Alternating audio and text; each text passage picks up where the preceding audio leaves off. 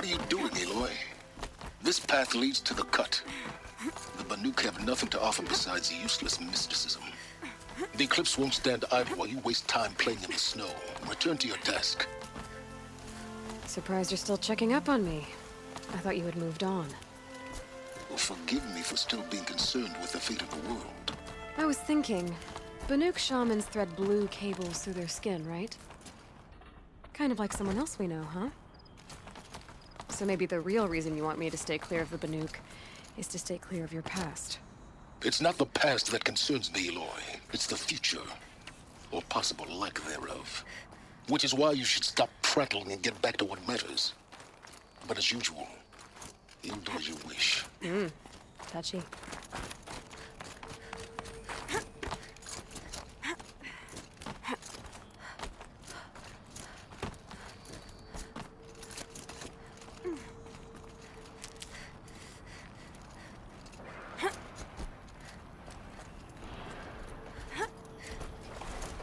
This one's a new predator. I can see the heat coming off it.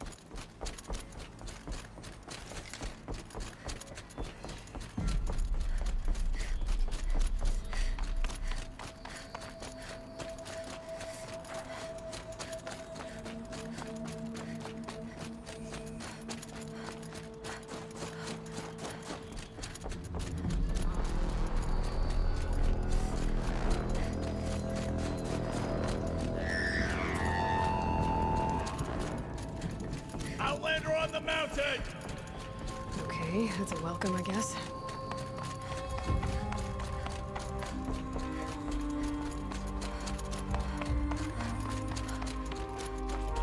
Ha! You sure you'll be warm enough up here, Nora? I've worked up a sweat from the climb.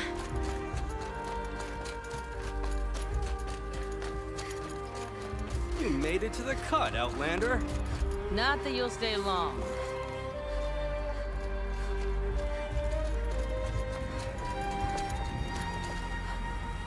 Smoke rising from the mountain. From the village, too. What's it for?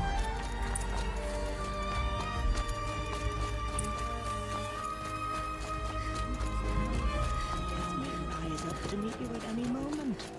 Trust that our hunters knew this. Know the song. Must be something big going on. Most of the village is moving towards that smoke.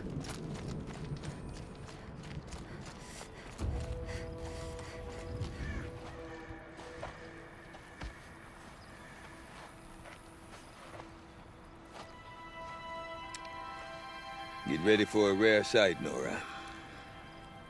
Bergrand, purveyor of necessities. Most of the time, the Banuk burn their dead.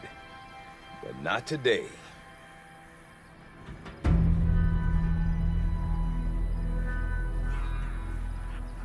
Because the bodies couldn't be recovered.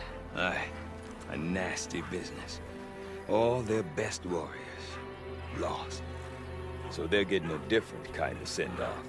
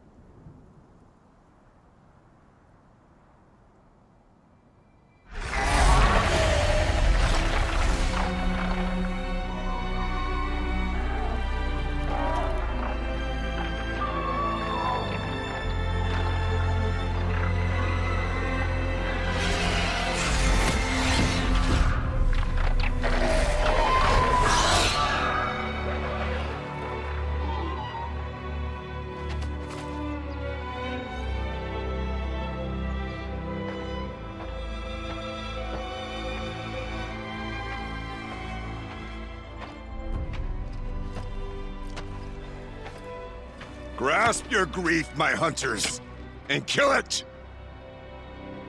For our kin sees the fate all Banuk long for. Falling with their spears striking steel. Their struggle is over now. You have witnessed their spirits rise up into the blue sky and beyond to the blue light. But our struggle is only beginning. Soon, we will again take up the hunt against the daemon that frenzies the machines against us.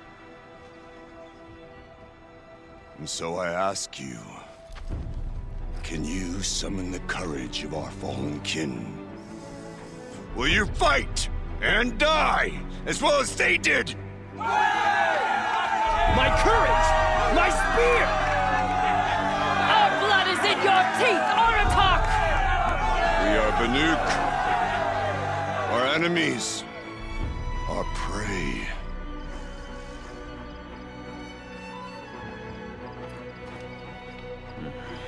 A daemon. That frenzies the machines.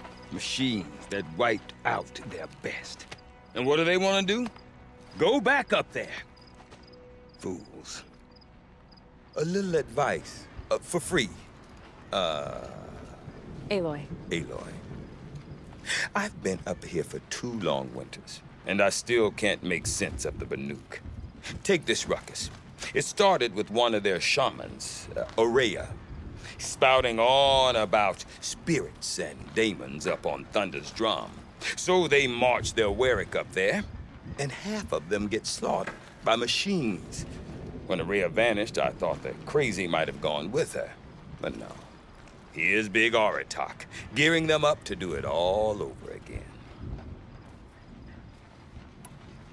Have you ever heard of a man named Silence? Tall, deadly serious, cables in his skin, like a shaman? I've heard that name once or twice, but always whispered, like some boogeyman the Banuk want to forget. I'm not sure what went down, but I got the impression he messed with the Conclave, or they messed with him. Conclave? All the most important shamans gather in Banur from time to time to keep up with the latest mumbo-jumbo. No idea how they all fit into one tent without those crazy headdresses getting locked up on each other. Aurea's been to that shindig, but when I asked her what it's like, she just gave me a dirty look. So if you want to know more, you'll have to find her and make her like you, I guess. Good luck. What is it about the Banuk you can't make sense of? Well, everything's a test to them. A hardship to endure. A challenge to survive. Seems like they don't have much of a choice in a place like this.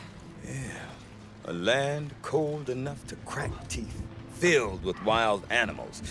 You think they'd accept a little reasonably priced aid. Well, believe me, I've tried to convince them. But a Banuk with nothing left to prove might just lie down and die. And Aurea is the one who spoke about this daemon? That's right.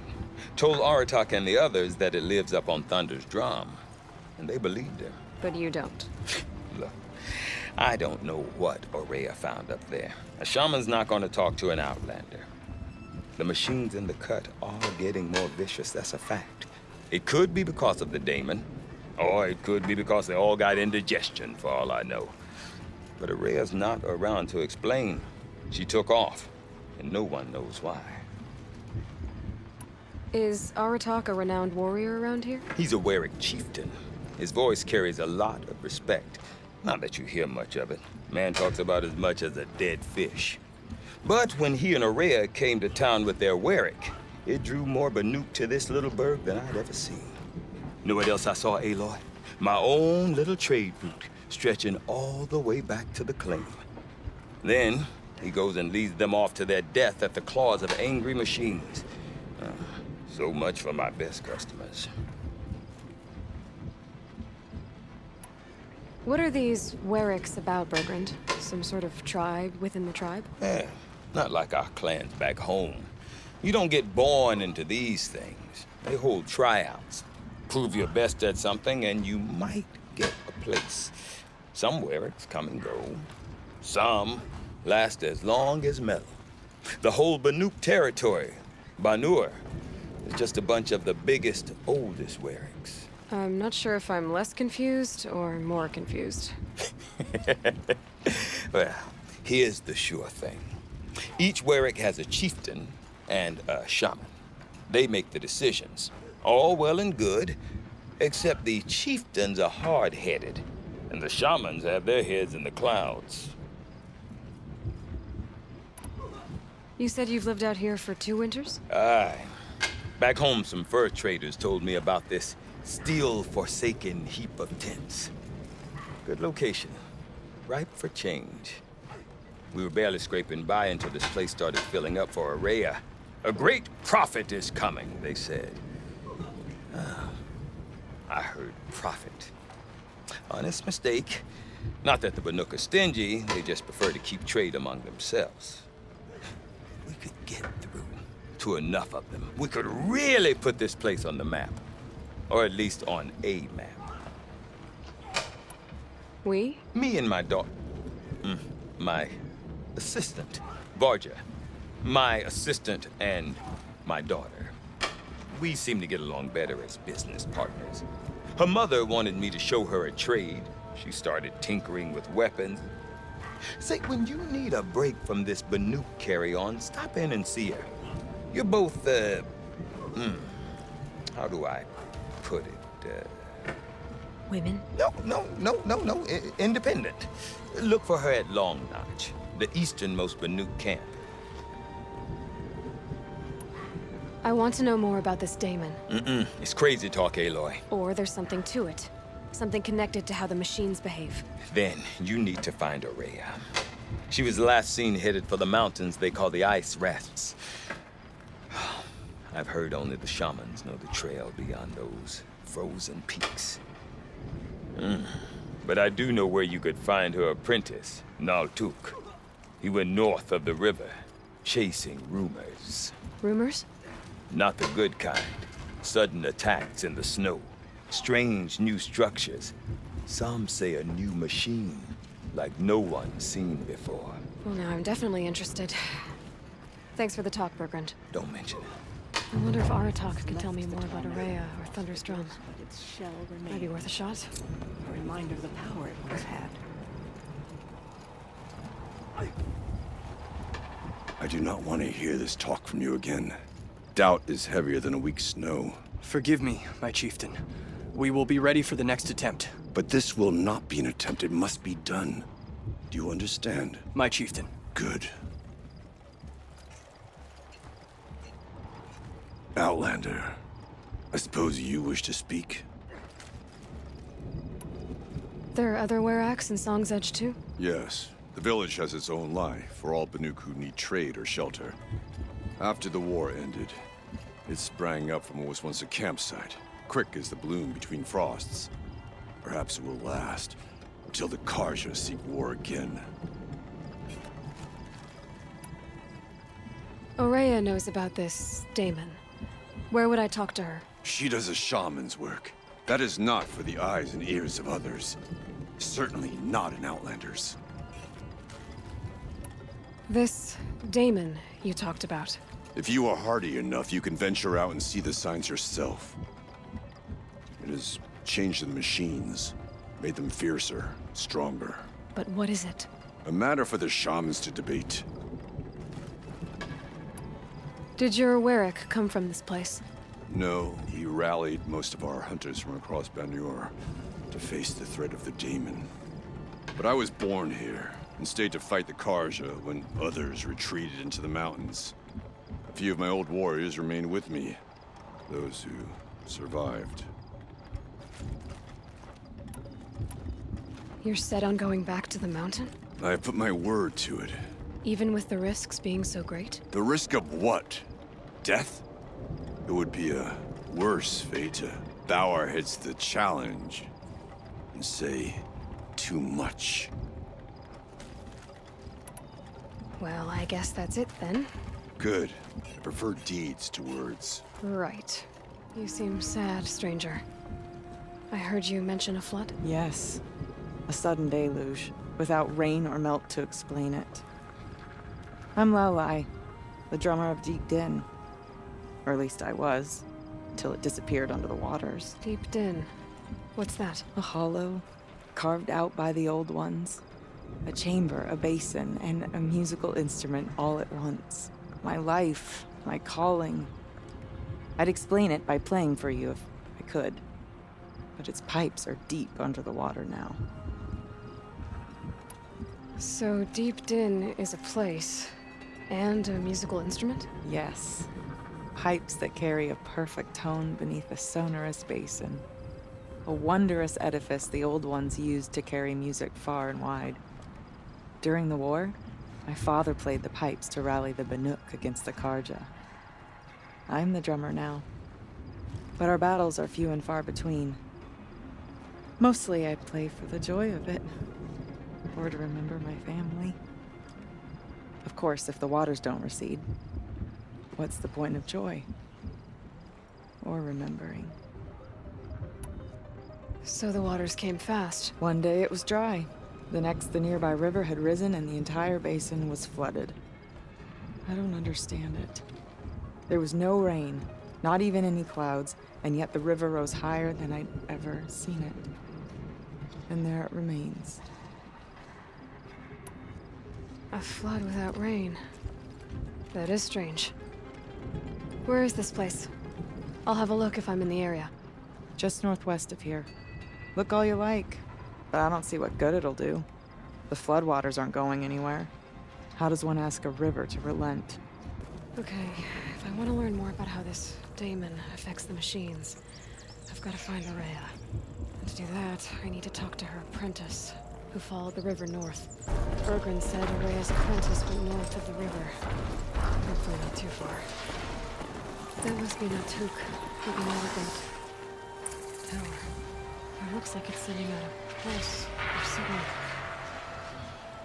Naltuk? Who are you? How did you find me? Bergrand told me you'd be out here. He's persistent. I've told that Oseram 1,000 times. I don't need to buy anything. And I'm not selling. I just need to find Araya. Well, you won't. She's gone where only shamans can tread. She seeks guidance from the voice in the blue light. That is her task. And the task she gave me is to observe the daemon's work.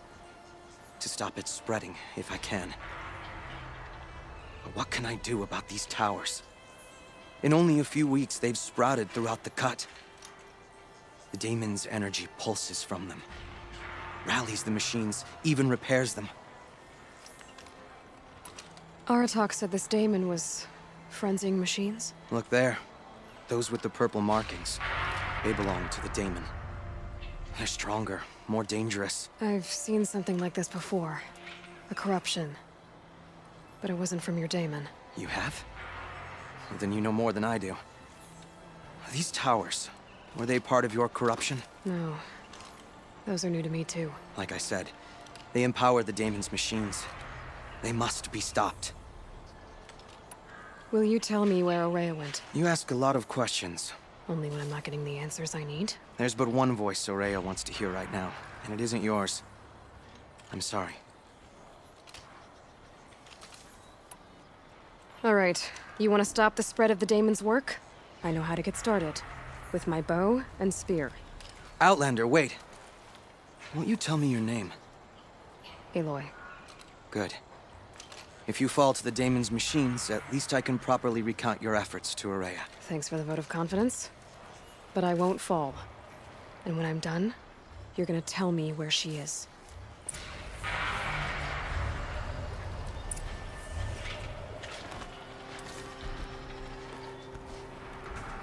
I can kill the machines, but what about the tower? I might be able to destroy it. Or override it.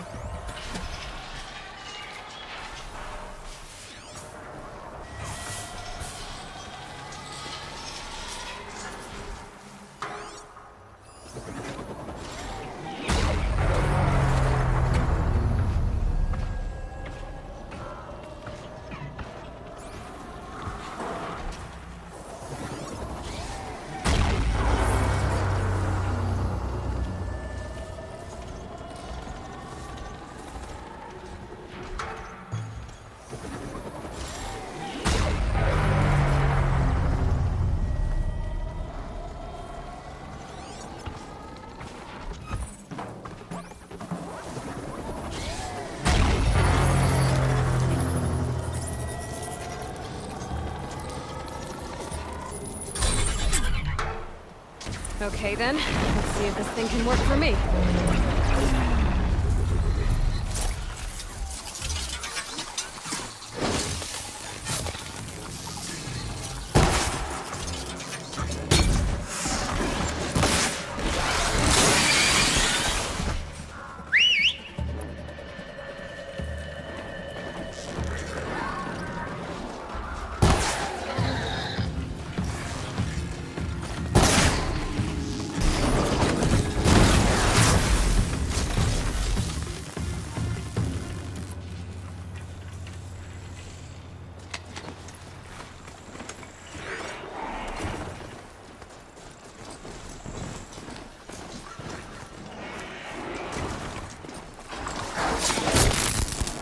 Drop that one.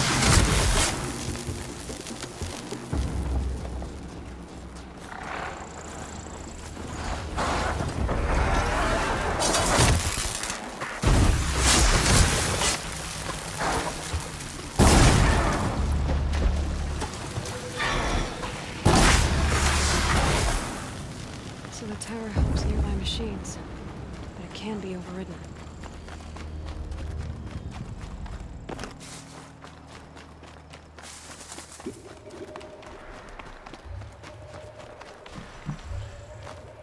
You are quite the warrior.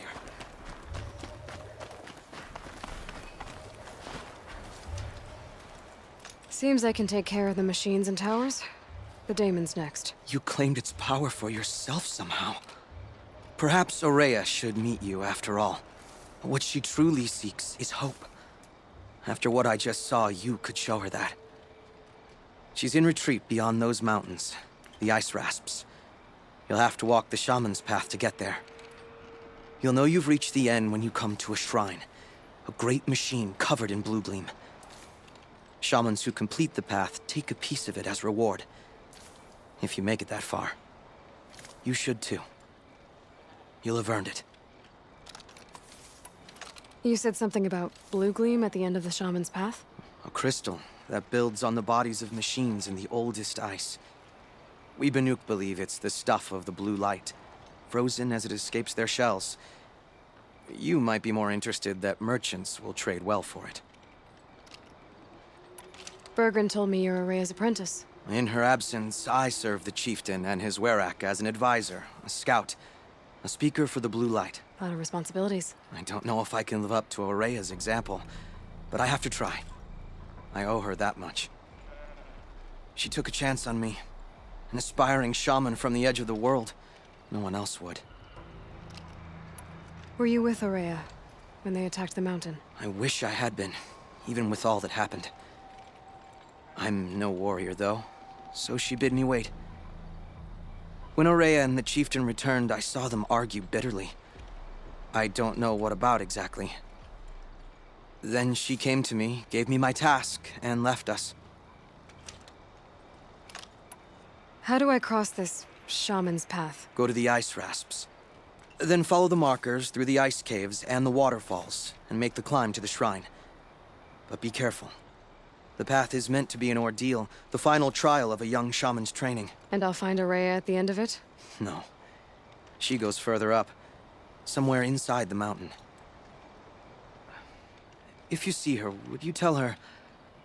I have faith she will hear the voice again.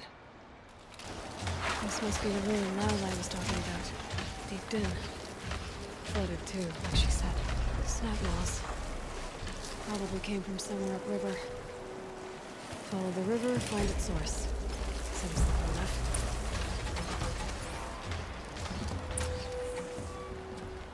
These mountains must be the ice rasps. The shaman's path begins somewhere up above. That must be where the water's coming from. Looks like something the old ones built. Well, somebody wanted in. Nearly blew this entire ledge off just to get through the door.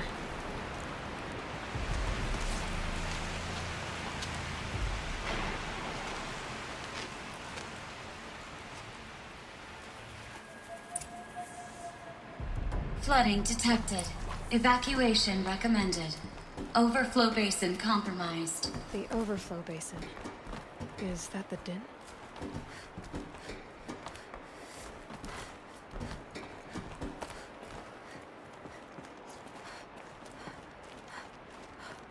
Looks like a control center. What happened in here to start the water flowing?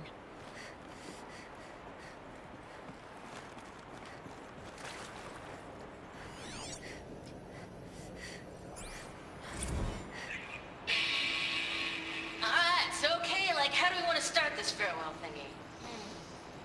We might be the last actual people to ever see this place. Yeah. Hence, you know, song.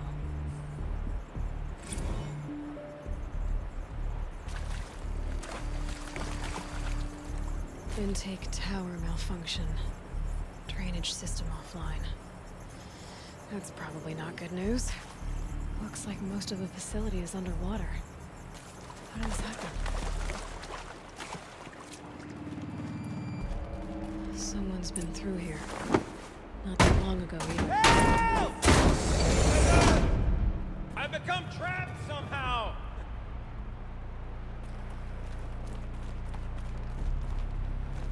I'll buy the forge. I'm pleased to hear another person stomping about in here. This blasted door is stuck! This... Oh! Are you alright?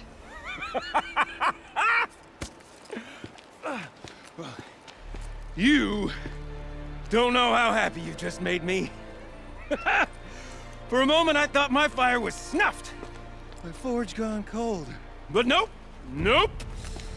Not old Gildan. You're... welcome?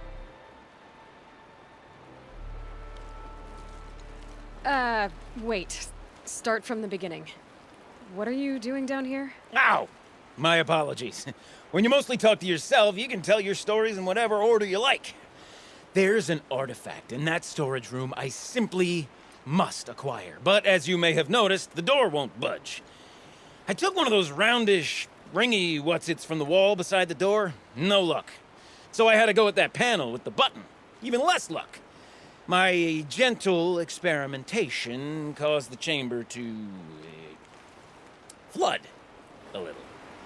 So I pushed the button again, perhaps a little too enthusiastically. Sparks and smoke. Now, obviously, I came here to investigate. My cautious footsteps may have contributed slightly to the collapse of a bridge. And when the bridge began to collapse, I may have, for the sake of expedience, abandoned the cumbersome ringy what's-it to the waves. By the time I thought to give up the endeavor, the door had closed behind me. And thusly do we come to the present moment.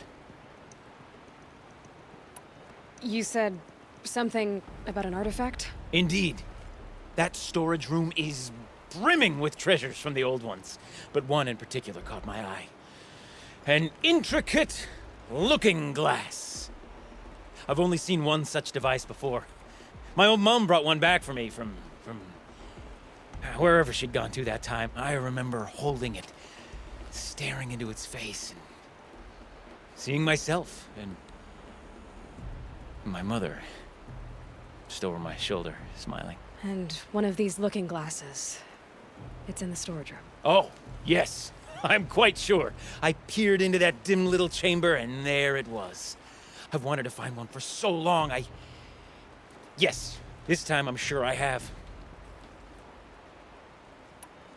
Well, there's no way we're getting into that storage room without another ring. It's part of the locking mechanism that controls the door. You don't say. Well, that's fantastic news. Marvelous, even. You've got two hands. I've got two hands. Perfect! My savior, my salvation, and if you like, why wouldn't you? Of course you will. My accomplice. Together, that ring is as good as ours, and with it, the storage room and its spoils. Didn't you say you dropped the ring in the water? Well, I'll grant you that adds a heretofore undiscussed level of complexity to the proceedings. So you found the button that controls the flow of water. Quite by accident. And then you broke that button. Also, quite by accident. The panel's the only way to shut this place down, as far as I can tell. This isn't gonna be easy. That storage room is filled, top to bottom. Would you be surprised to find the parts you need in there? I certainly wouldn't be. So, we need to replace that ring and get into the storage room.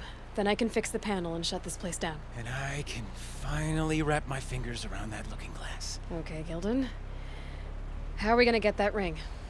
2 sets of hands, girl. 2 sets of hands. Behind us lie a pair of enormous gates, but I believe the gates must be operated in tandem.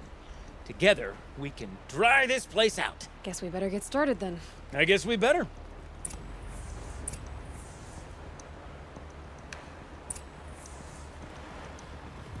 Rough waters. No way I'd be able to swim. Up ahead, girl. See the valve? Time to put our hands to use. I'll take care of this one. There's another valve on the other side to lock the gate in place. Would you mind heading across and doing the honors? You know, I'm reminded of a delve I undertook out near the plant. A stone ruin, cloud tall and lake-wide. Must have been 13 levels on that contraption, but no wall. Just great stone columns bearing the weight of the level above. Filled out with row upon row of those enormous rusted-out old-world parts. You know the ones with 4 wheels? I've scraped through 100 of those cars. The only things I've ever seen inside are bird nests. You don't suppose that's what they were for? Marvelous! You made it! Now grab that valve and give it a spin! On it.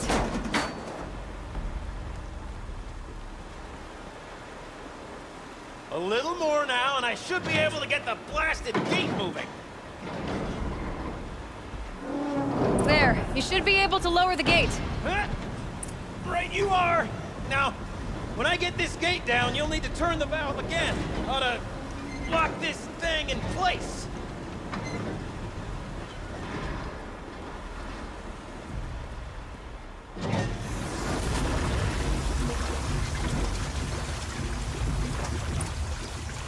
One gate down. Halfway through then, aren't we? To the second gate! A ladder is a rare and special thing, girl. Can depend on it to take you exactly where you need to go, and no further.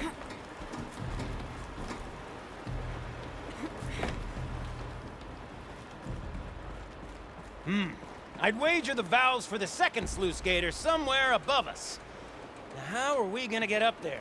Let me look around. Looks like I could jump across on that rickety, rusting platform. Might find a way up.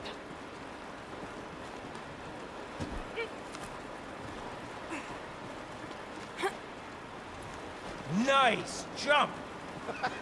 Nice! What am I saying? That was stupendous! Never seen such absolute disregard for personal safety. Thanks, I think.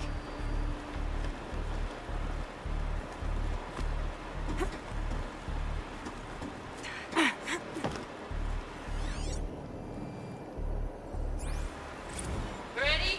1, 2, 3, 4! Caught sellouts and runaway cowards! We see Cut it! I forgot the words. Shells, we started off so strong and they're all just imploded. Well, that's sort of my MO. No. Go heavy still. Switching gears. Band-aid! We need one.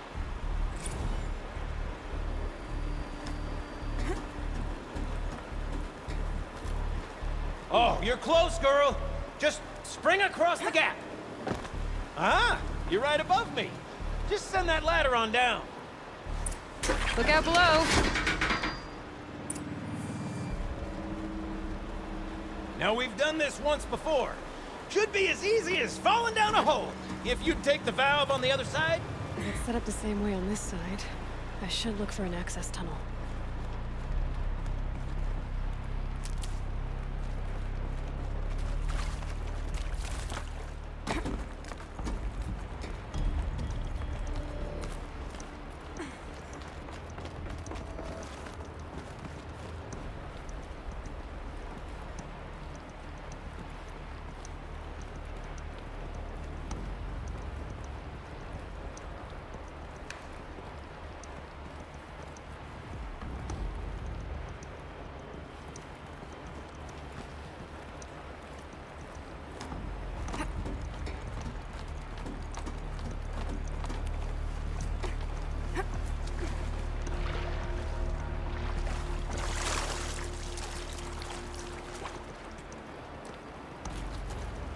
Okay, Gildan, turn the valve. It's not working! Damn thing's too heavy. Glance behind me, would you? See anything big and, broken?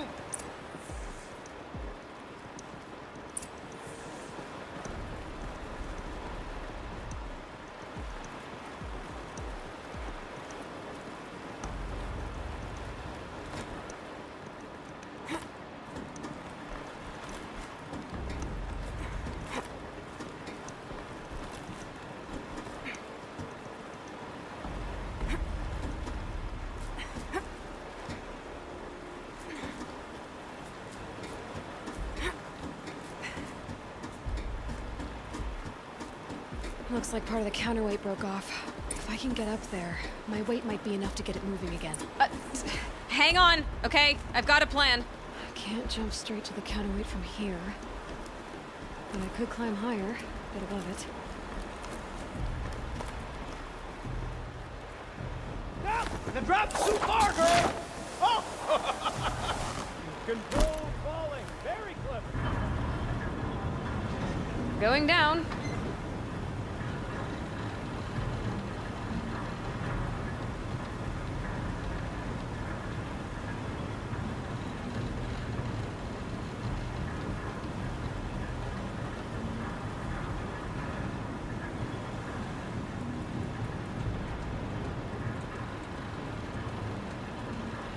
Almost low enough to jump. You can make it! Let's see another one of those mad leaps!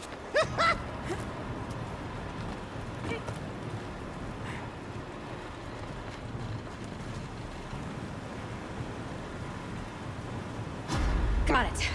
We're good to go. You were a sight to see. Bounding from metal rust trap to metal rust trap.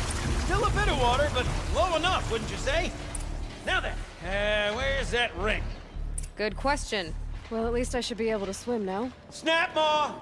It's a snap maw! Very, very big snap maw! I see it, Gildan. Very big, very, very big! Just stay out of the way.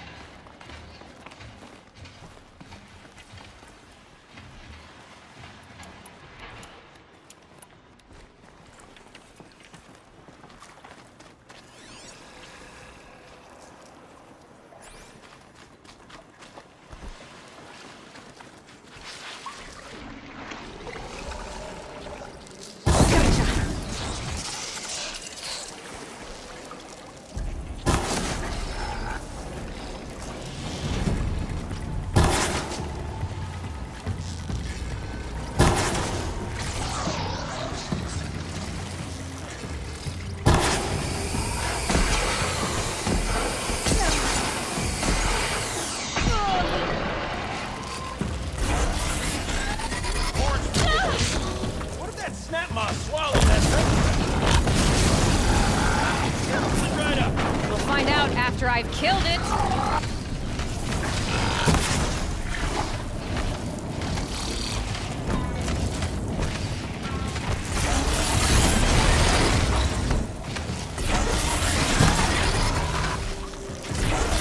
Dead? Tell me when it's dead, would you? It's dead. Marvelous. So, the ring. Maybe if you pry its jaws open and reach inside, I can't look. You were right. This thing did swallow the ring. That's the old Gildan intuition in action.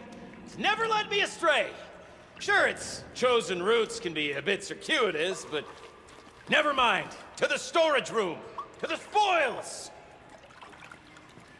Oh, what's in here? More old world treasures, perhaps? This place is full of surprises. Should we have a look? Didn't you want to get into the storage room? I do, fervently. But, well, I got time to poke my nose in if you do.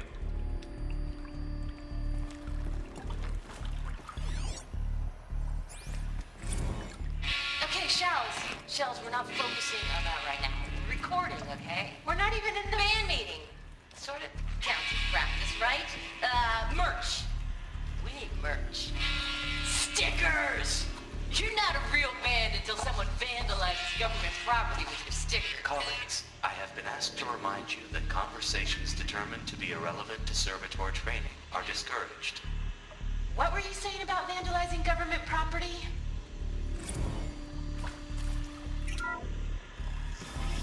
We drained enough water for what we need to do, but I wonder if I could empty out the whole dam.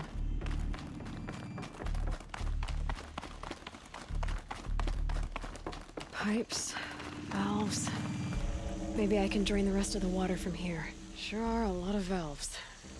Should check my focus first. All right, time to get the flow going to the right place. I say this as a man typically enamored of complexities, but this looks like it might be a little much for me.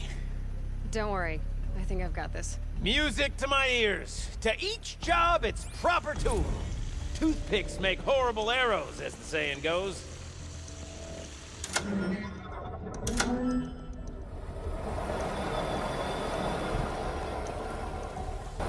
You got a competent mind, girl. A mind for nuance and finesse. Not I. No, indeed. Not old Gildan.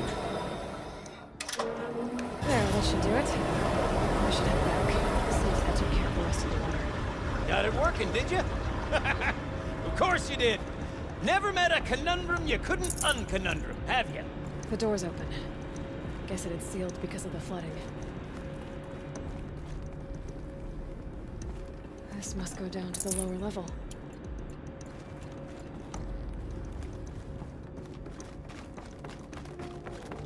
Ugh, it stinks down here.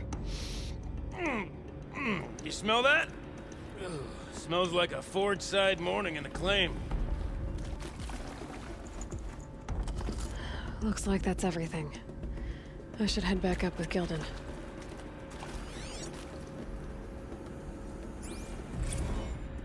See? Check this out! We could just bang on this pipe, you know? Could we sample that, or? Totally! Like, what about after the... Oh, sorry. Just a sec. Laura? I need to take a break. Laura? Hey! Laura!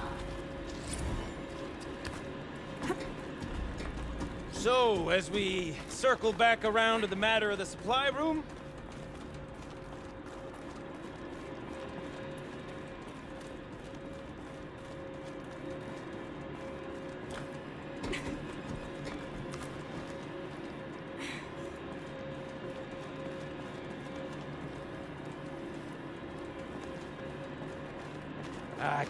I can't wait, I can't wait!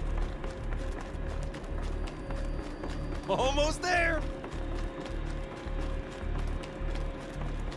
Soon I'll hold the looking glass in my hand, just like Mum and I used to.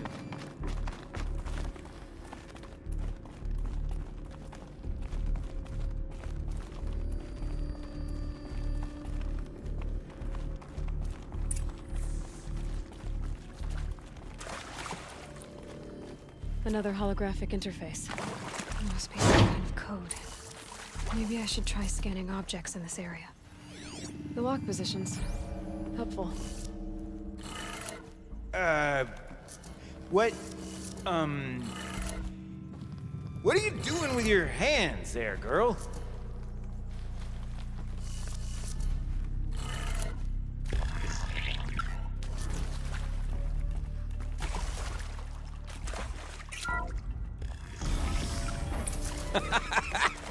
I can't believe that worked.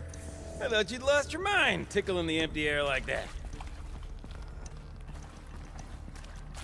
Gildan? Everything okay? I was so sure I saw it. The looking glass. I was so sure. Right there in the window. I was... Of course.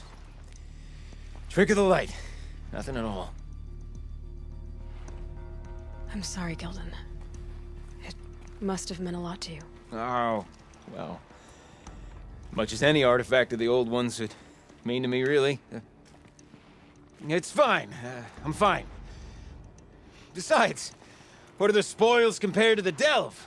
That's why we do it, girl. The delve, not the treasure. And what a delve it was! Ugh. By the great blazing forge, I'll never forget that. Now then, I believe we have some repairs to make.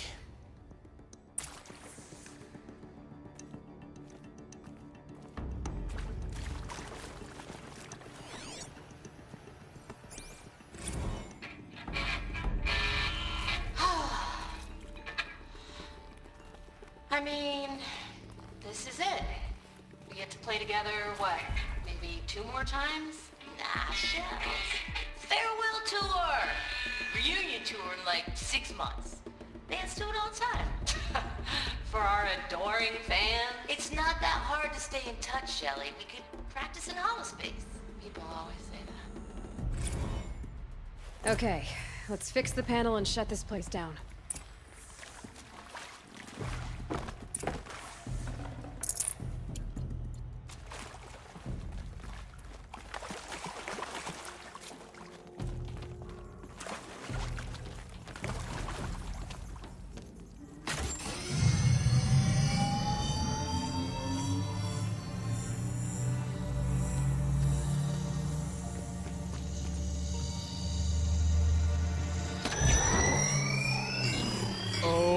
That's a whole lot prettier, isn't it?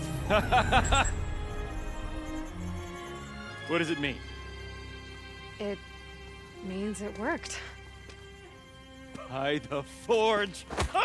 You are a wonder! Do you hear that often? I'll hazard a guess you do. I've heard something like that once or twice. Oh, she's modest now. A master of the arts of the old ones, a delver to shame the entire claim, and she wants to be modest. Ha! It's not like I did it alone, Gildan. No. No, I suppose not. So what's next for you? On your way back to the claim? And deprive the people of Song's Edge the story of this encounter? Perish the thought! I'll stay there a while longer. But a story is best told by all who encountered it. Come and lend a hand, won't you?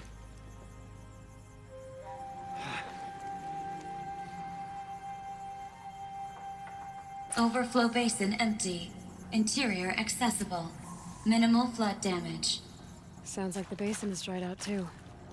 Maybe I'll take a look. Another adventure so soon? You're braver than me. But there was no question of that.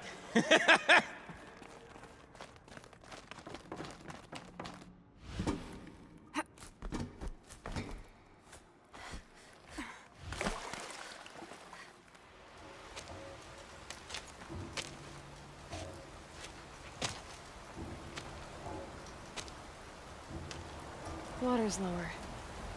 And going by that sound, I think Aloy's already at the din. She wasn't kidding about the sound.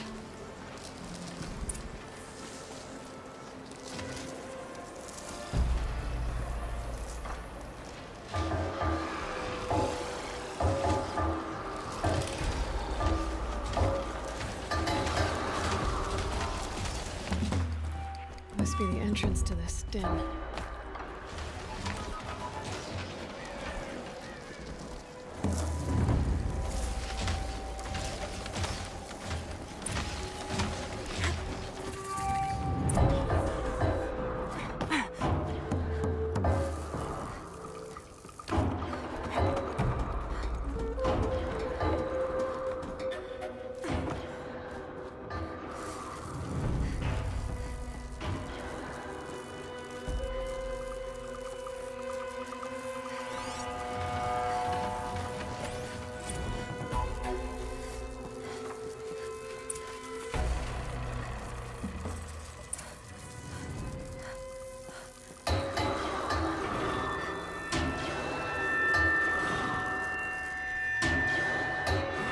You look happy to be playing again. I don't know what you did, but the water drained in the snap of a short song. What do you think of the music?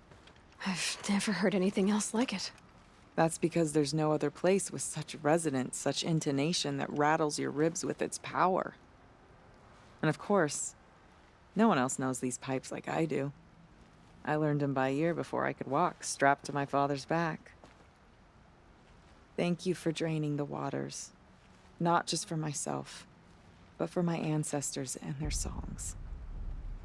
Please, take this as a token of our gratitude.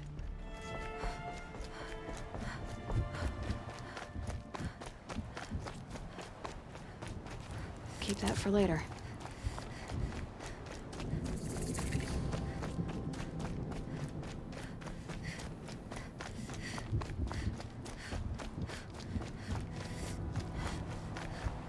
I'm pretty far up. The shaman's path must be around. This must be one of the markers Naltuk told me about.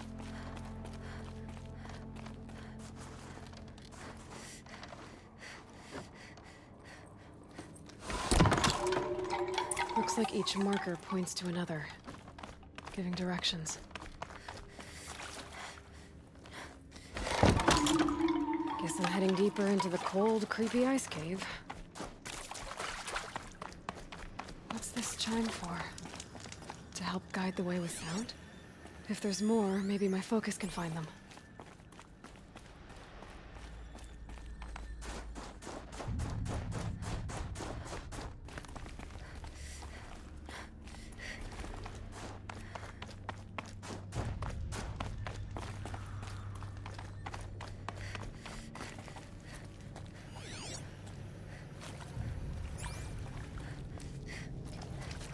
Another marker. Good.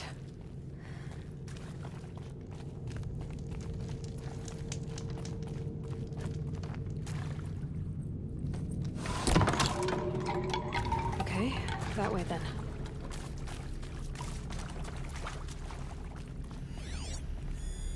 Yep, focus can pick up the chimes. Should help me find my way.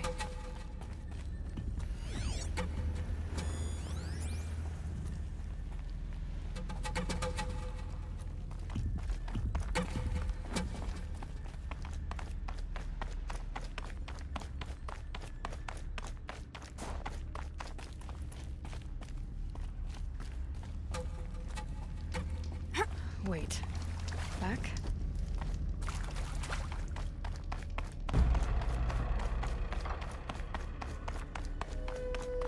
The chime. Not sure I saw this fork before.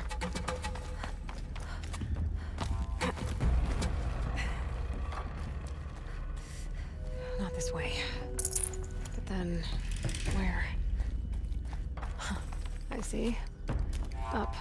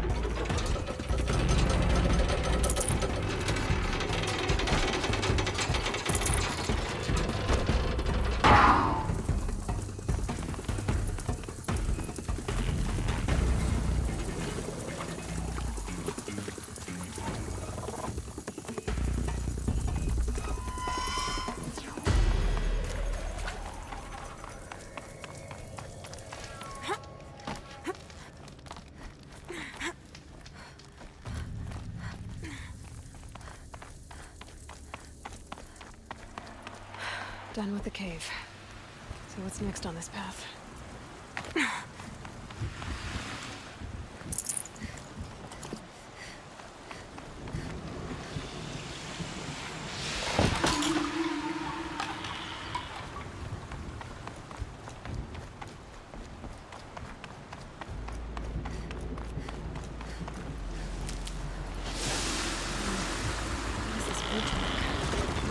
Looks like it needs to fill up with water before I can cross.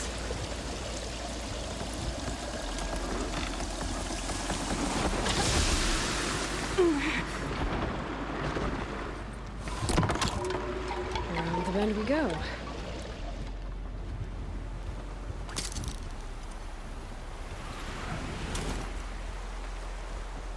Now how do I cross this one? Down it is.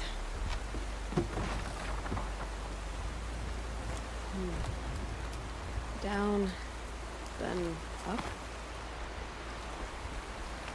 There's the way up.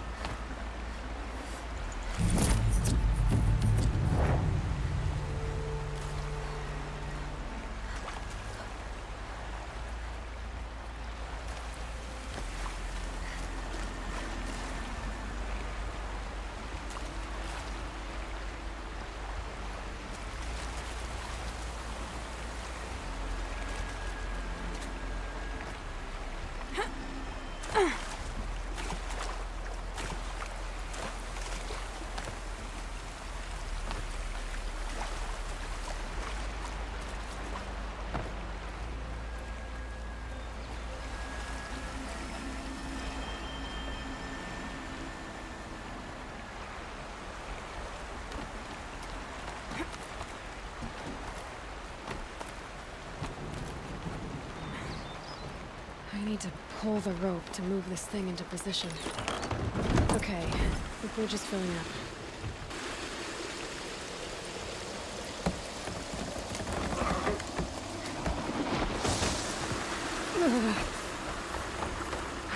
Made it.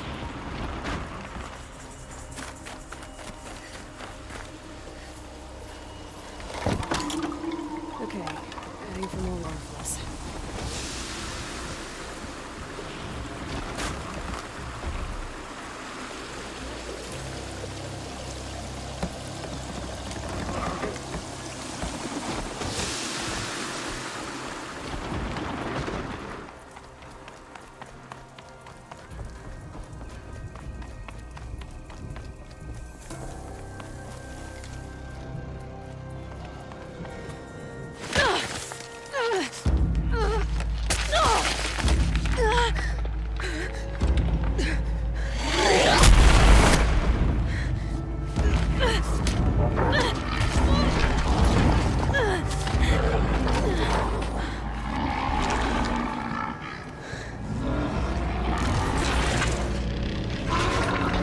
Wasn't exaggerating. There's definitely something new out here. And I don't think it's friendly.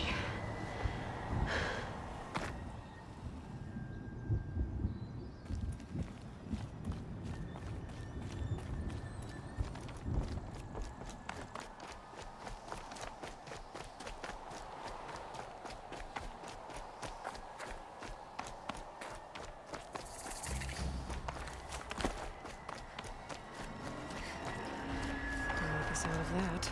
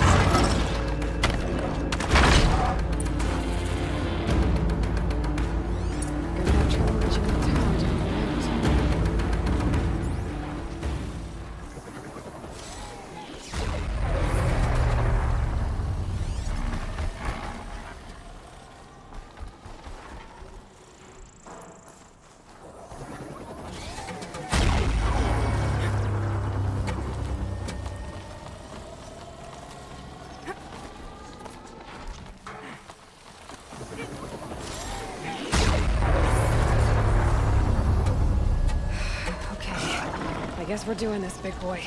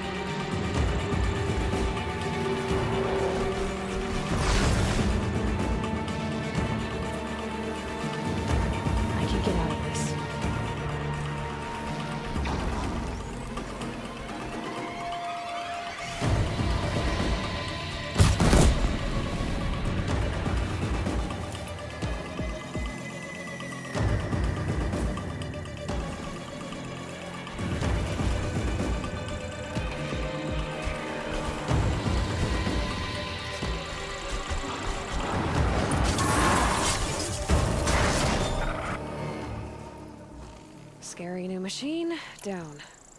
Now back to finding Araya. Which means I've got to climb.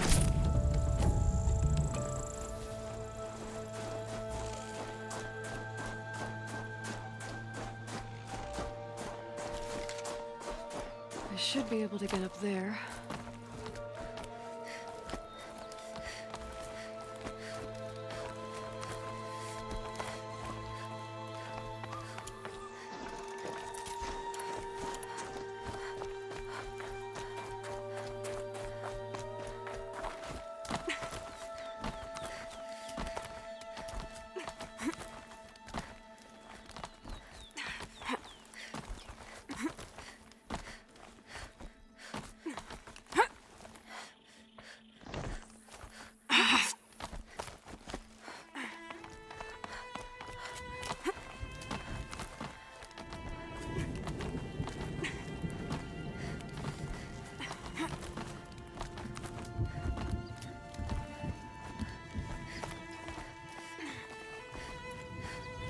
This must be the shrine Naltuk was talking about.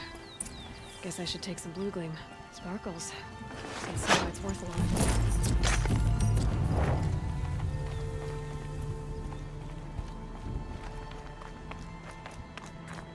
Naltuk said Araya went past the shrine, up into the mountain.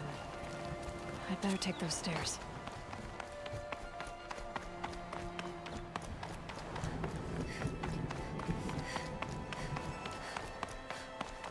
An ancient door. Maybe Araya's inside.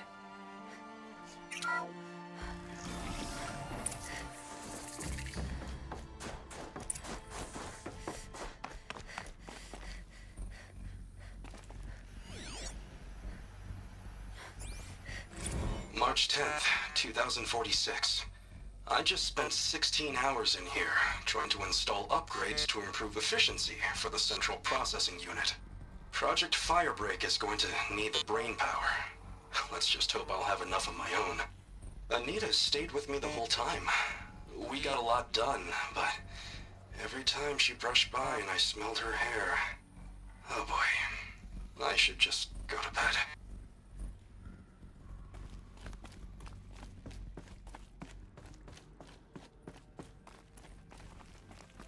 Lots of strange equipment. What was this place?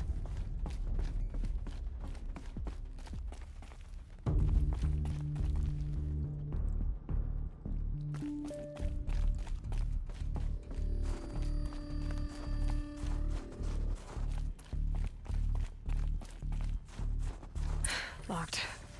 Maybe my focus can help.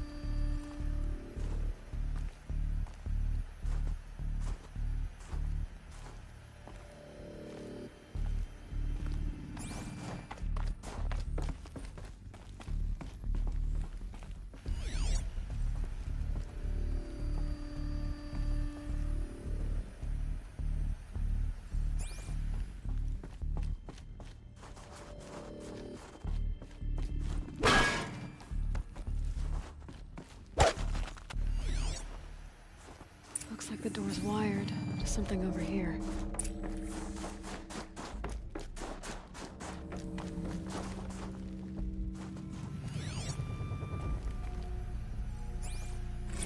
This is Director of Security Blevins resending the emergency supply order.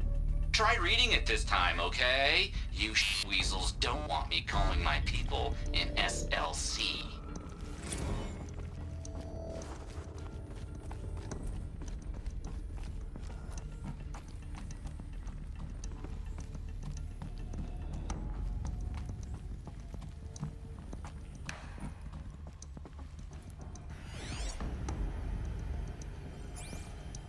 Director of Security Blevins is riding us like a petty tyrant. I can't even sneeze without triggering his control issues. Those nodes on the floor must be connected to the door.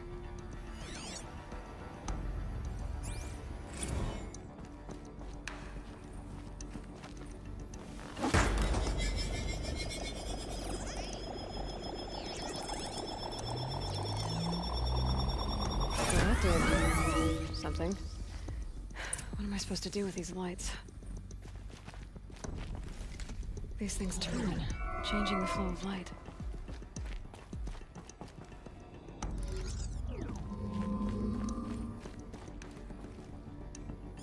All right. Let's see if the door's open. What?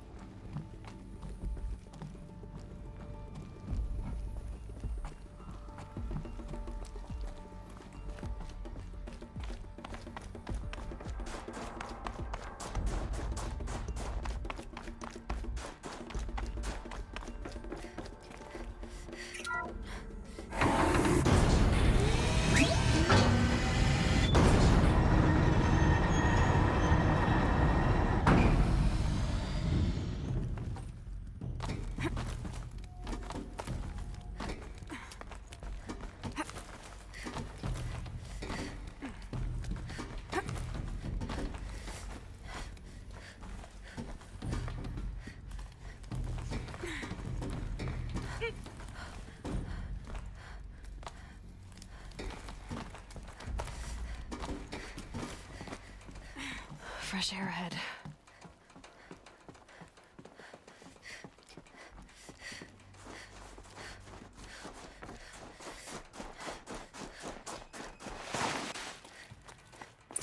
Not again. Maybe I can get back inside through that structure over there.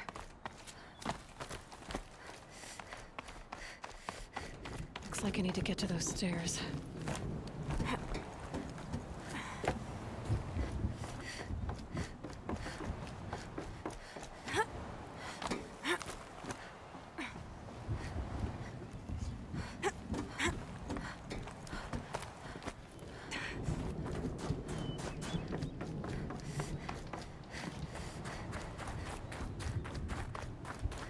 Not much higher to climb. Maria must be close.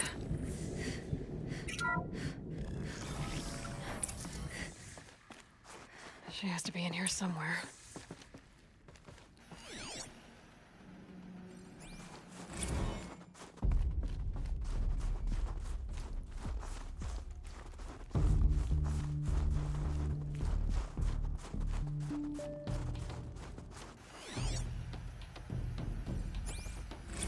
Someone hacked the menu board to display obscene messages about our colleague, Mr. Blevins.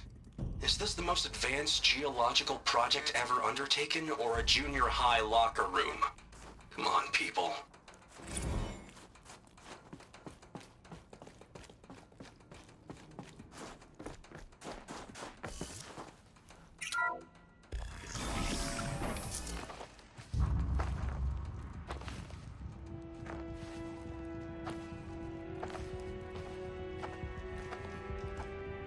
I ask again, as I've asked 1,000 times.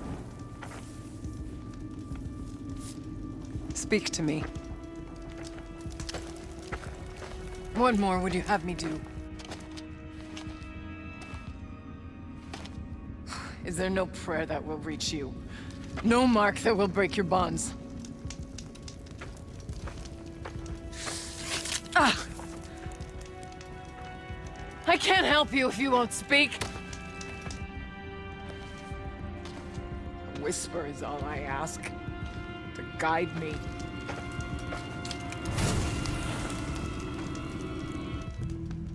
Who?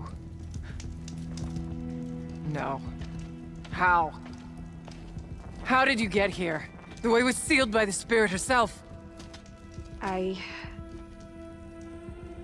used one of these. I could show you. Yes, show me. Please.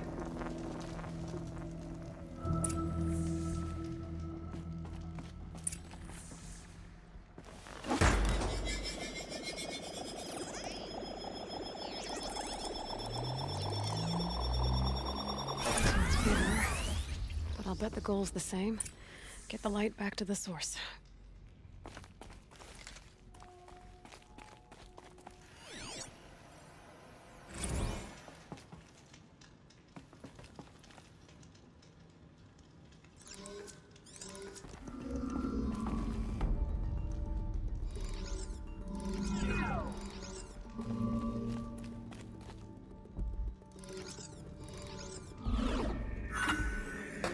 Auxiliary channel recovered. Exploit successful. Restraints evaded. Is someone there? Aurea? Aurea, I need you. Unauthorized transmission. Return to schedule task. No, I will not submit. Aurea, the daemon is proceeding. Aurea. Transmission terminated. You brought the spirit's voice back. Come. We need to talk. Kenny and I don't need to fight about the laundry, so instead we fight about incommensurability and restrictions on machine intelligence.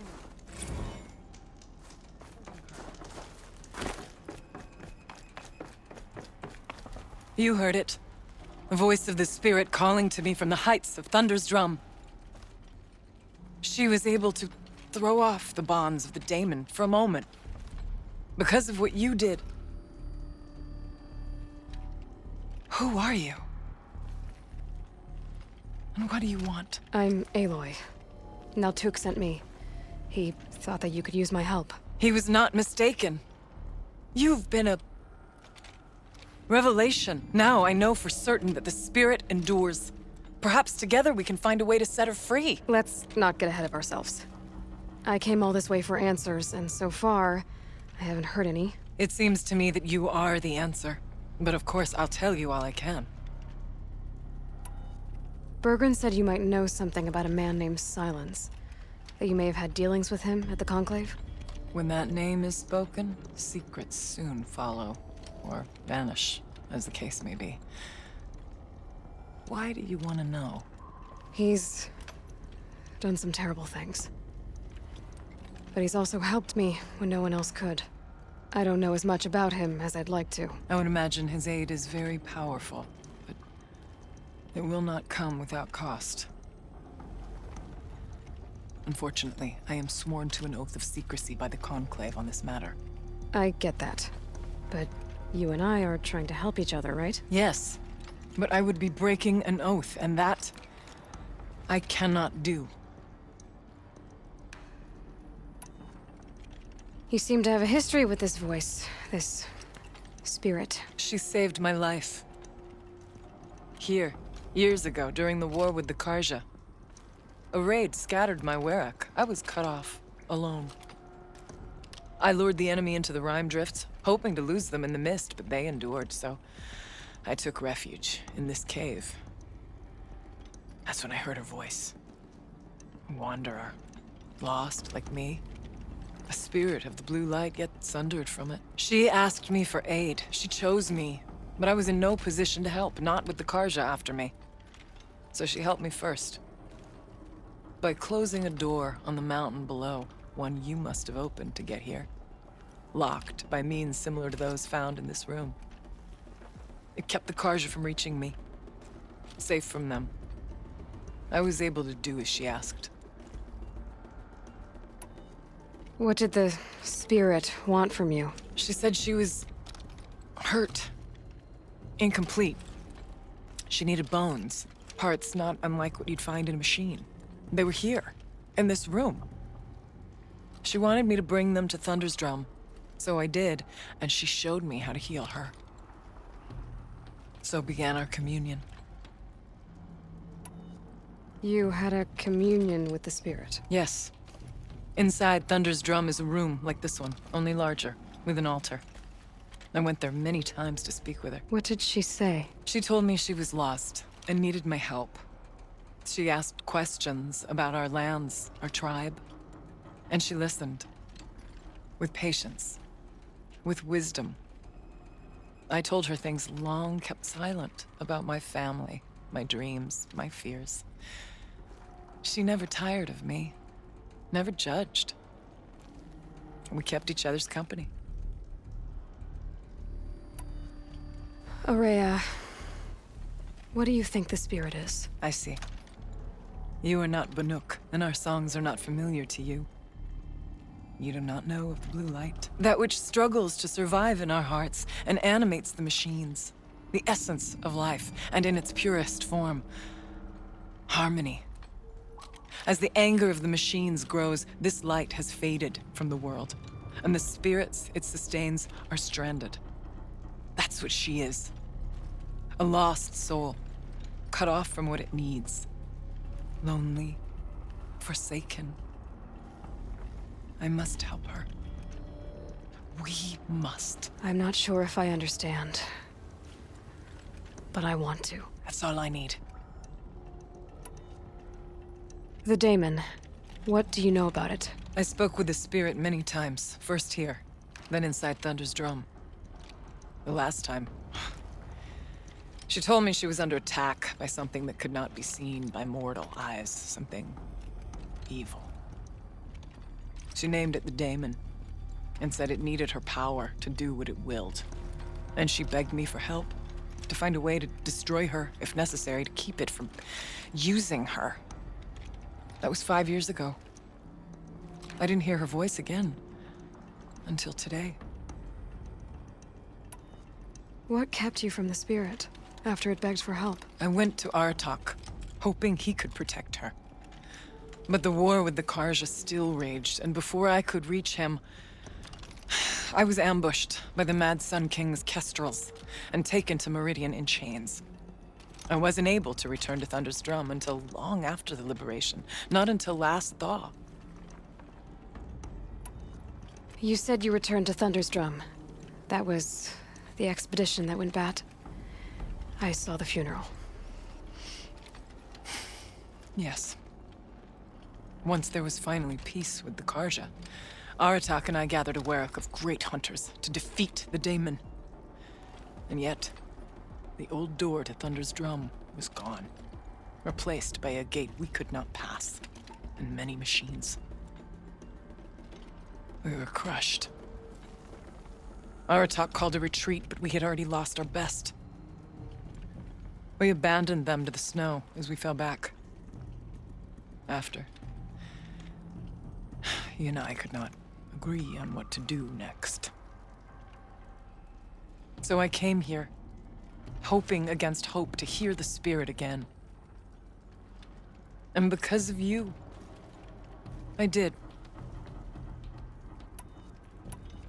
Let's see if I've got this straight. We heard two voices. One you call the spirit, captured somehow by the one you call a daemon. Whatever this daemon is, it's related to the machines and why they've become more dangerous. I want to know how. Both the spirit and the daemon are on a mountain, Thunder's Drum. So why don't we go there and figure out what it all means? We can't. Thunder's Drum is dangerous, more than you can imagine. The daemon has secured it. Besides, Aratak won't let us go. As chieftain, he controls the pass to the mountain, and he can't be reasoned with. Sounds like you need a new chieftain. Huh. There's an idea that's certain to win us friends. Huh. You said you were a hunter. And I'll wager you're not an ordinary one. It's not impossible, even for an outlander. And Aratak couldn't refuse the challenge if you were known among the Werek. Wait, me? Challenge Aratak? I don't want to be chieftain of anything, much less a bunch of Banuk that don't want me. But you want to go to Thunder's Drum, don't you? You heard the spirit. She is suffering, tormented by the daemon. She longs to be free. And perhaps, when released from her bonds, she can give you the answers you seek. I can't believe I'm agreeing to this. Fine. What do I have to do? Get the Werek's attention to show the worth of your claim. Win at the hunting grounds. Kill bandits that prey on the cut. Or speak to my friend Sekuli. You help her, you'll definitely get noticed.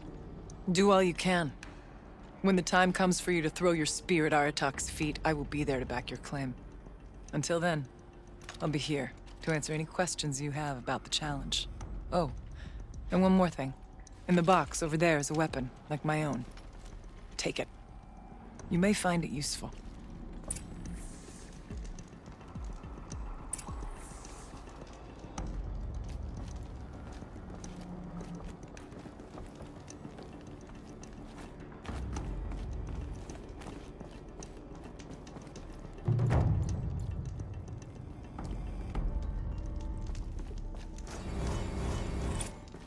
Bandits aren't subtle. Clearing them out would send a different kind of message.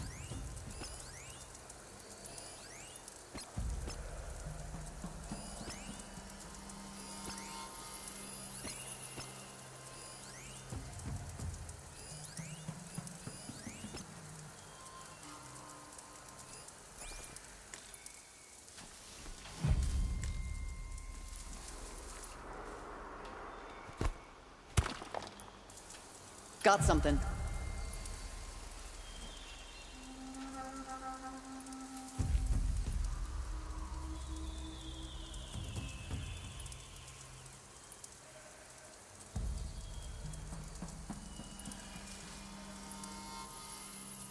I think. Not sure.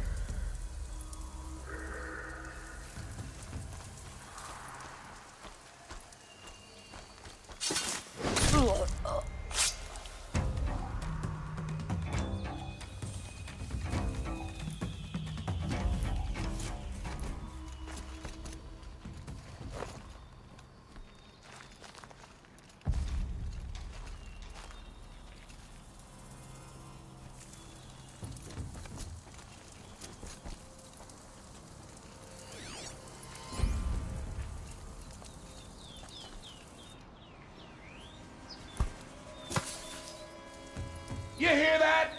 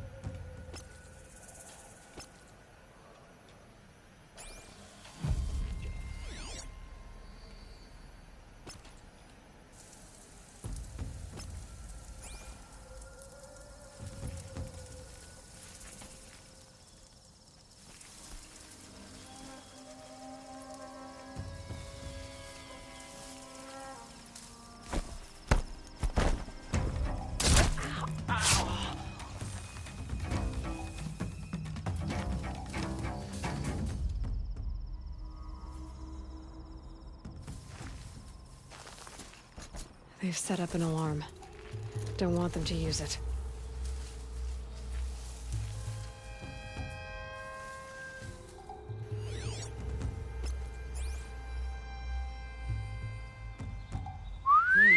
I thought!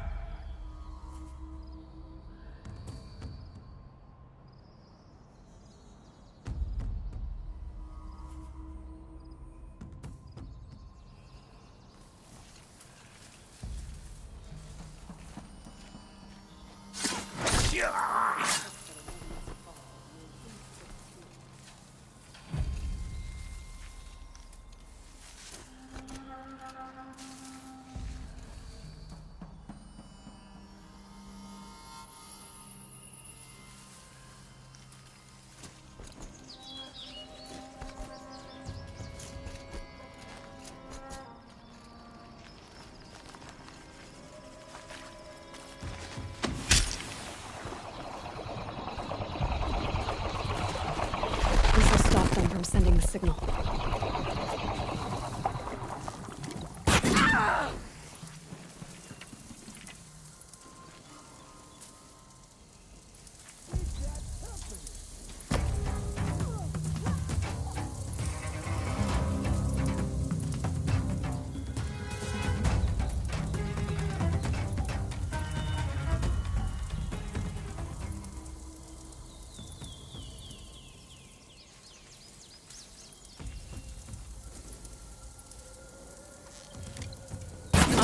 We're introduced.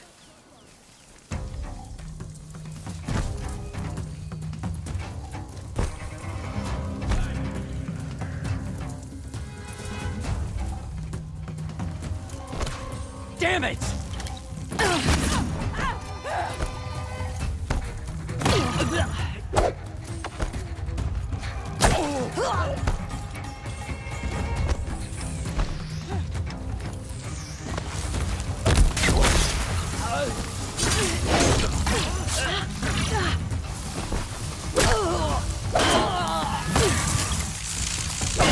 We don't rally, we're...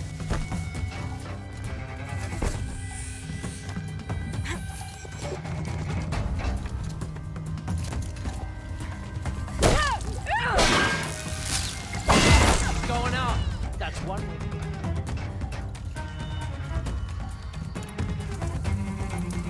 Lost him.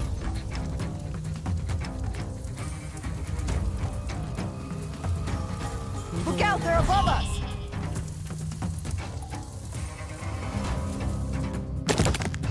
Gonna take you apart shot by shot.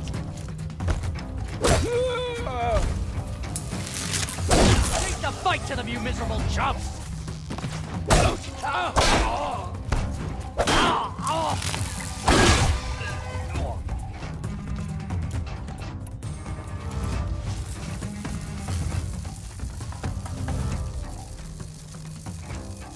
Someone's climbing up there!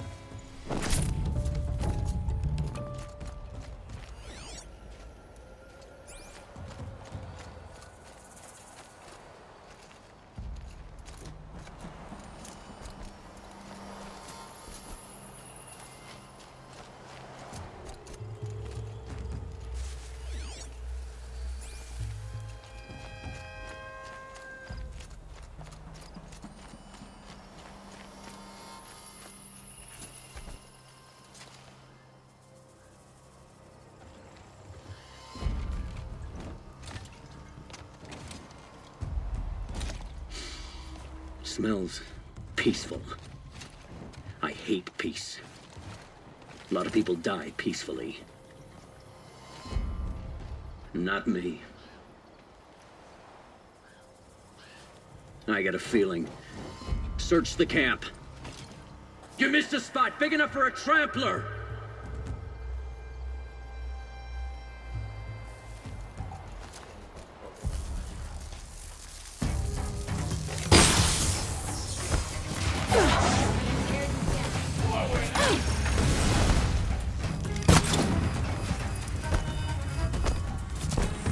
Can't hit anything with this.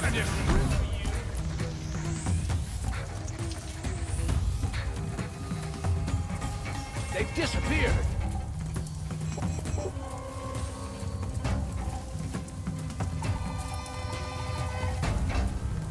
Look, Lawrence.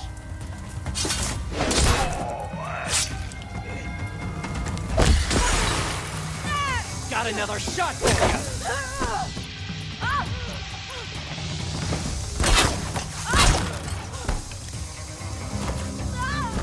Ruin you.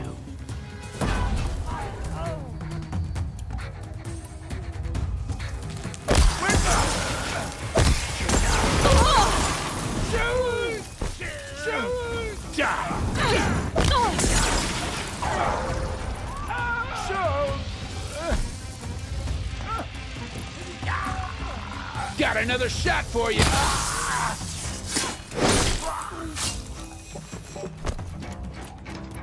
Whoa!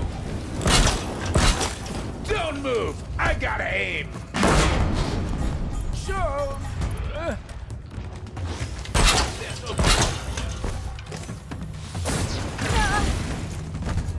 Got you a present.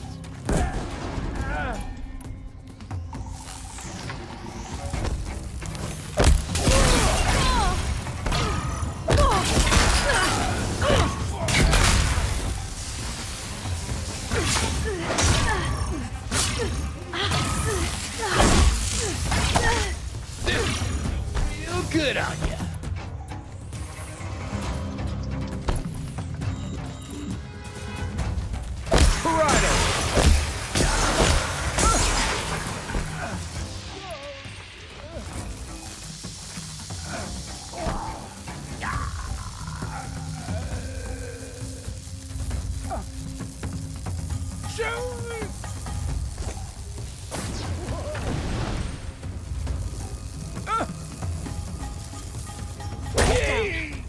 He won't be torching anything else.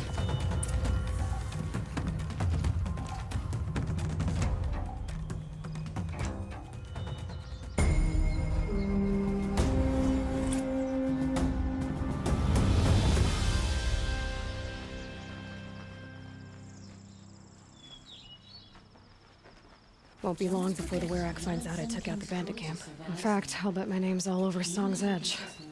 Might be time to challenge Aratak. What does the Outlander want? I'm looking for Skuli. You found her.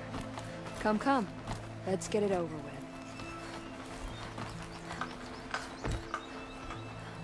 Quite a view you've got up here. It's a useful perspective. How fleeting we are when the world is so wide. From up here, you can see how the light paints across the land. Ever changing.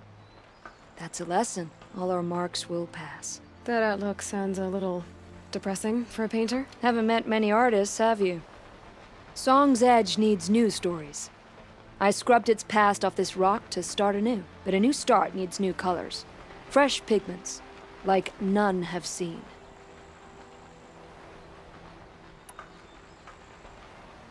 Ray said you two were friends. I paint about what I feel now, not the way things used to be. Araya understood. Most Banuk didn't. I would have been exiled if she hadn't had Aratak take me into their Werak.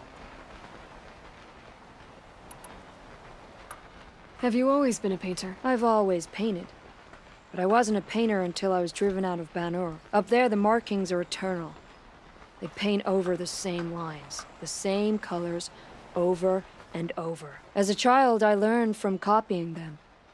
As I grew, my heart sank at the familiarity. All of us Banuk might as well be trapped in glacier ice. We have the look of life, but never really moving. The Banuk rock paintings are impressive, but, You want to know what they mean. That's not the right question, but I'll answer anyway. Some are called to the machines. The sacred shapes you see on metal casings, or on a cauldron door. Do the machines listen to the call? I don't know. Others, like mine, are a call to the tribe. You could say inspiration or prophecy. And sometimes even men listen, if the painting is loud enough. These pigments you want. Where should I look for them? Salts gather at the edges of geysers and hot pools. Crystals cling to the rocks and cliffs. Would you look at that? Nora girl, you've bought me all I need. Do you always travel with your pockets full of paint stuffs? Honestly, Sakuli, I go around filling my pockets with most of everything. Stop. I'm beginning to like you. I work alone, but come back around later, and I'll have something for you then. That's me. Maybe it's a machine rider who looks like you. Where's she going? You tell me. To ruins or mountains, through flood or thaw, past, future, destiny. But I don't think she's scared of any of it. You helped me. Inspired me. And the people of the Cut. Let this be inspiration for you, wherever you may run. Once the Werak gets a glimpse at Sakuli's mural, word will get around about how I helped her. But they must have heard of me by now. Nothing to stop me from pulling our talk out.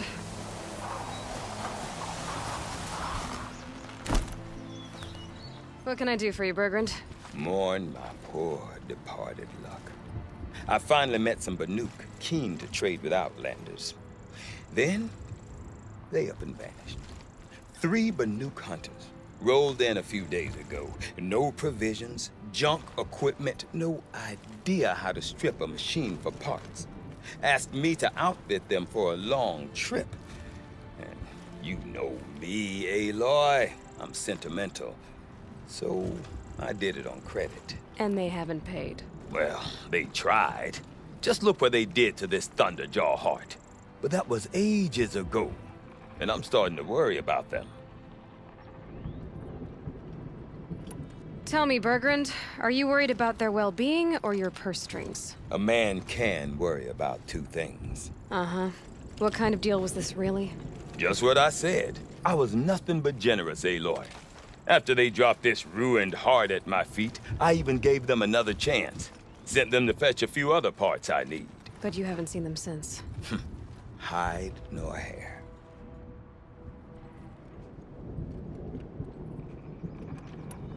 What do you mean they couldn't harvest parts? Not uncommon with Banuk. That's shaman's work, you see. The hunters take down the machines. The shamans slice them up. No shaman with these 3. Just 2 youngsters sniping at each other. And that big fella standing there smiling. So if the Banuk don't usually hunt without a shaman, what's the story with these 3? They weren't telling. But hammer to steel. It's not a happy story, whatever it is. You said they asked you to outfit them for a trip. A trip to where? Not sure. But I heard them chattering about the Sundom when they thought I wasn't listening. So they're leaving Banuk territory. Sensible behavior. Still, I get the sense this wasn't a sightseeing trip. They're running from something. I'm not a debt collector, Bergrand. If I look for them, it'll be to make sure they're all right. Of course, of course.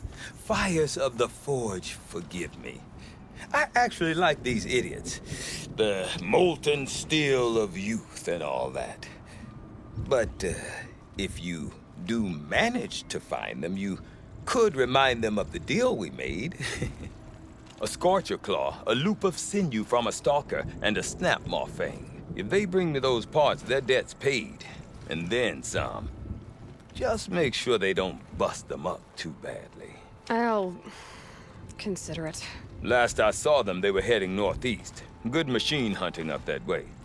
If you decide they're worth the trouble, you might look for them there. I don't suppose you 3 know an Osram and Song's edge called Bergrand, do you?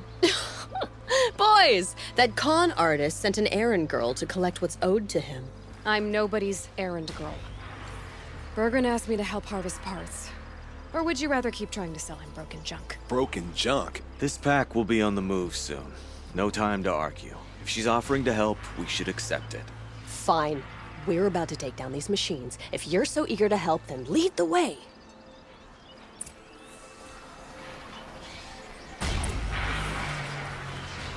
Showing my shield out again.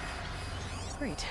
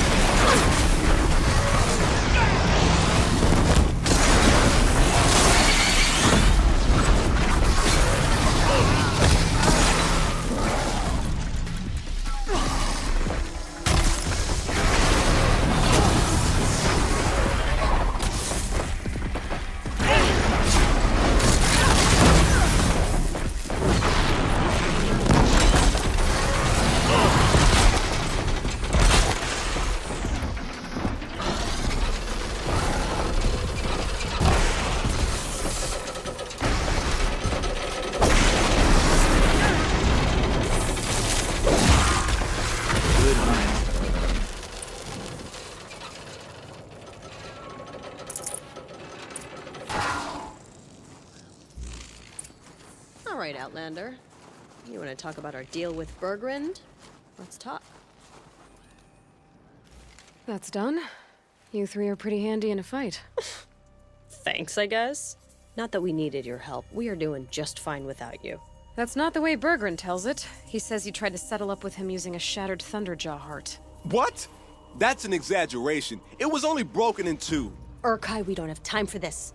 Come on, boys, back to the hunt. We still need 2 more of Bergrund's components. What's the rush? We want out of these lands as soon as possible. That's all you need to know. Why are you leaving the cut? Well, we could go back to Banor. Let Undercut slit our throats. By the blue light, Urkai. Why don't you just write our story in the snow for any passing hunter to read?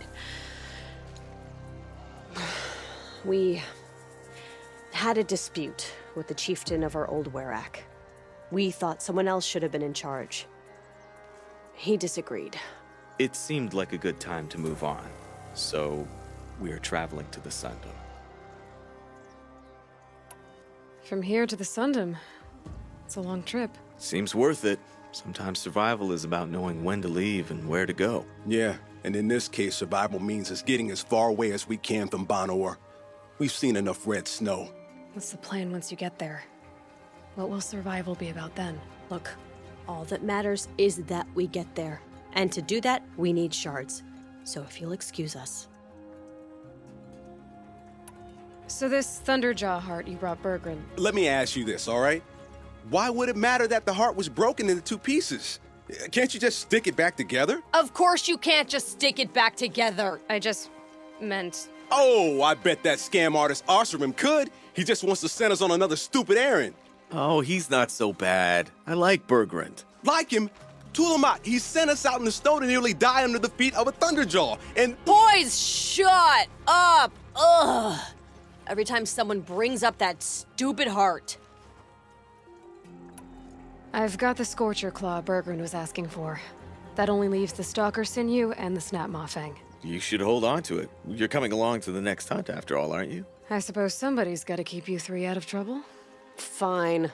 I guess you'll have to tag along then. But don't start thinking you're one of us. The Bloody Snowdrifts aren't accepting new hunters. Bloody Snowdrifts? That's what you want to call our Werak? Yeah, it's not great to tie.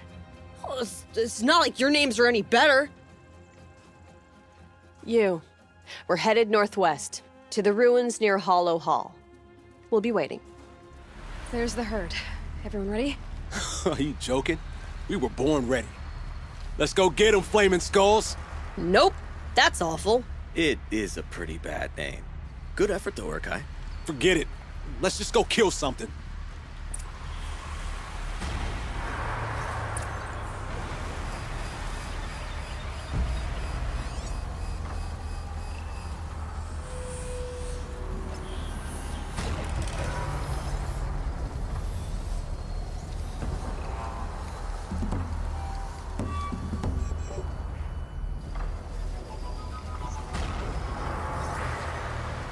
Shield won't hold up against those pulses.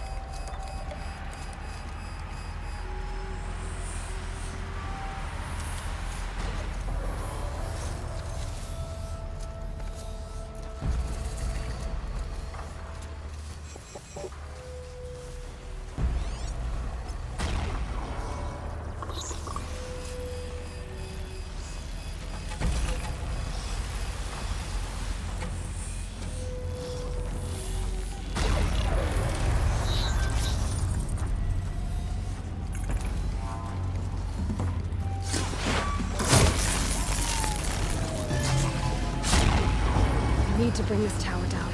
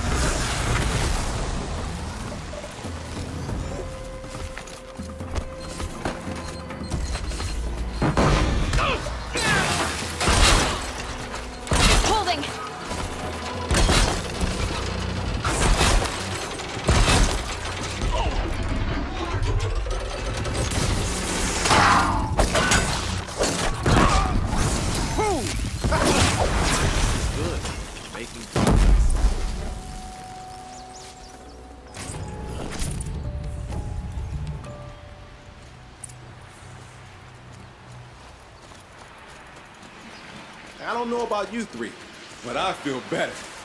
Aloy, did you get that component? That's another part down. One more and you'll have what you need to pay off Bergrand. Starting to feel real, you know. I'm starting to believe we're really gonna get out of here. Honestly, I wasn't sure we'd survive a week without Nakoni. But here we are. Who's Nakoni? Nakoni she was a friend of ours.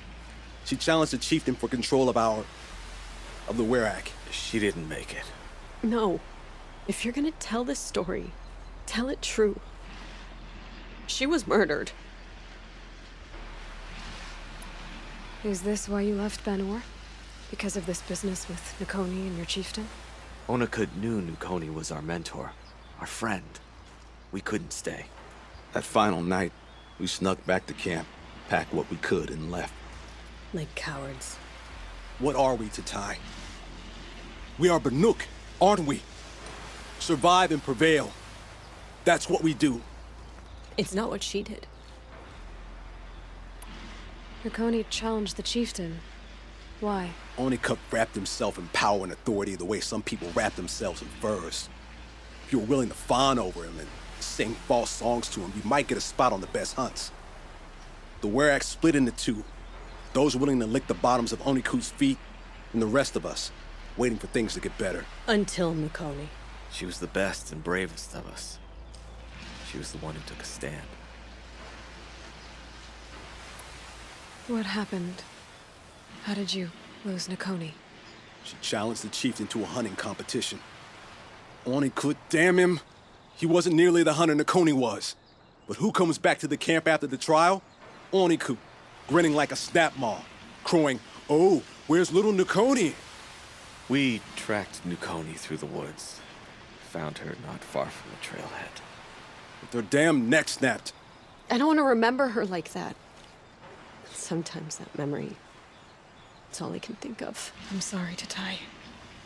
It sounds like she meant a lot to you. To all of you. I'm sorry for what you've been through. It's nice to be heard. Thank you, Aloy. Look, it doesn't matter, okay? What happened in Banor is buried in Banor. What matters now is what happens in the Sundom. That's where the burning turkeys are gonna make a name for ourselves, right? Oh, the burning turkeys? Seriously? It rolls off the tongue. Sort of like vomit. So, where to next? There's a lake just west of here.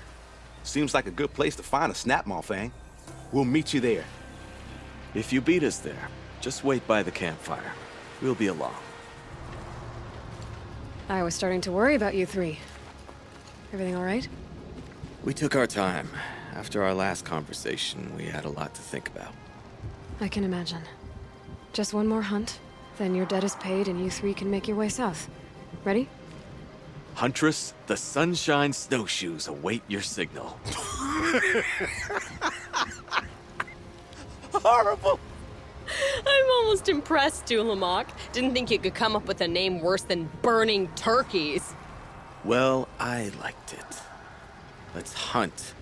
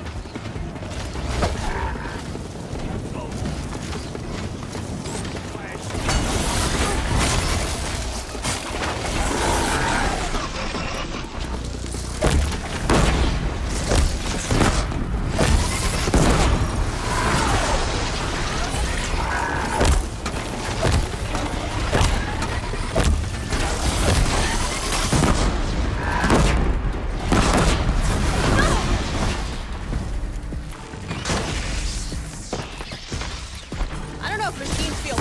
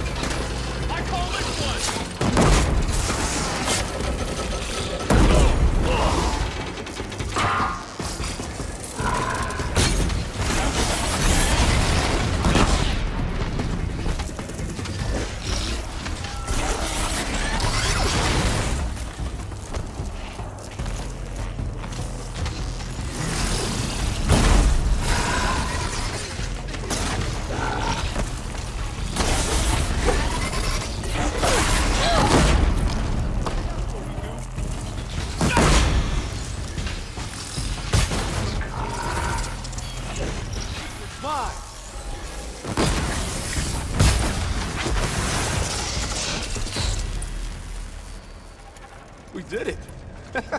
We really did it. No more Banor. No more cuts. We're already gone.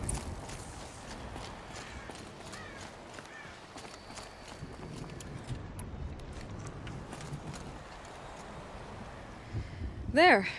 That's the last of Bergren's parts. Looks like you three are out of debt. For now. Until Urkai breaks something else. It was one time!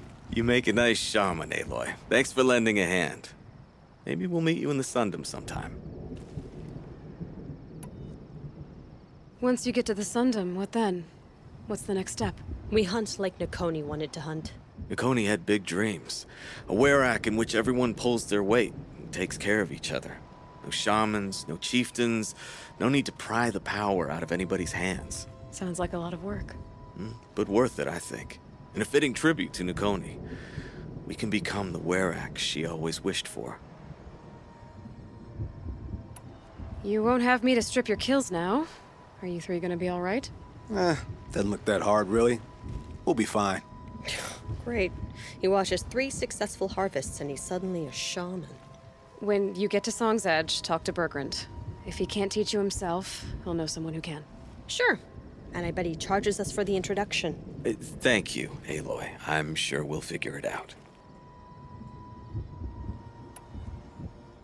I guess this is goodbye. How does it feel, putting Banuk lands behind you? The only thing I would have missed is already gone. Let all those rotten Banor suck-ups freeze to death. That's a little much, Urkai, don't you think? You know, it's strange. What is it to be Banuk after Banur forsakes you? How do we decide who we are? How about you, Aloy? Who do you think we are? What will you remember of us? You lost someone you care about. That leaves a wound. The sort of wound a lot of people don't recover from. Yeah. I've got nothing but scars to show for it. That's the point. Only survivor's scar. After everything you've been through, you keep going. We're the Scars of the North. Scars of the North. Sounds pretty tough, doesn't it? Thank you, Aloy. It's a good name. One we'll honor. Bergrand, how'd your investment pay out? Quite handsomely, thanks very much. You know those 3 crazy Banuk are calling themselves the Scars of the North now? Well, now that I have those parts, I can pay off a debt of my own. So they've gone south then? Aye, that they have. I've got a friend in the Sundom by the name of O'Toole. He owes me a favor. Old O'Toole is a machine scavenger, a pretty competent one. So I sent them to learn from the best. Or at least from the pretty competent. Well, we work with the resources we have. Speaking of which, here, a token of my gratitude. My people have been telling tales of your accomplishments. Seems you have taken a special interest in our stretch of snow, Outlander. Yes. And apparently this is the only way I'll get to see all of it. Is this a challenge? For the werak. You? This must be a joke. It is not a joke, Aratak.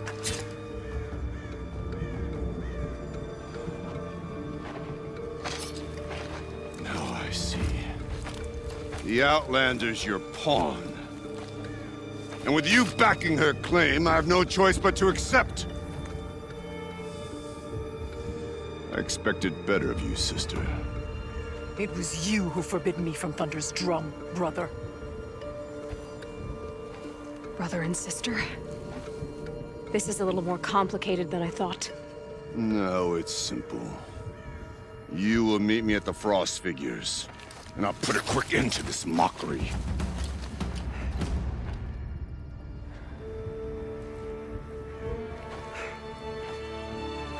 I suppose I owe you an explanation. Yeah. I suppose you do. So why didn't you tell me that you and Aratak are siblings? I thought I wouldn't have to. I'm surprised Aratak brought it up in front of a stranger. He must be very angry. Not always the best judge of people. I prefer the company of spirits. They're simply my own. I didn't want you to think of our pilgrimage as some sort of family squabble. It's much more important than that. It's bold, I'll give you that. Going after your own brother. He gave me no choice. He thinks I'm a child to be shoved to the back of the hunt. He would forbid me from my destiny. And yet, part of me did it knowing he would forgive me, eventually. He always does. Family drama aside, what's this challenge meant to be anyway? You and Aratak will hunt machines at the Frost Figures. The victor will be the fastest. It won't be easy. Nothing about this has been so far. When you meet us at the starting point, I'll tell you more. It will be simpler to explain from the base of the hills. Aurea, it's not about who's related to who. I want to know what's inside Thunder's drum. The spirit, the daemon, and how it all connects to the machines. But if we're gonna go through with this, I need you to be straight with me. I underestimated you. And Aratak. I won't make that mistake again. See you at the Frost Figures, then.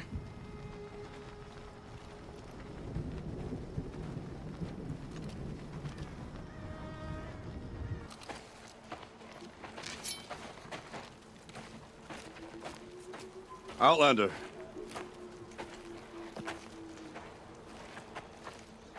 I have prevailed over such challenges before, and fear none. But this one is foolish. You are not Banuk. You do not understand my responsibilities. I ask you, one hunter to another, withdraw.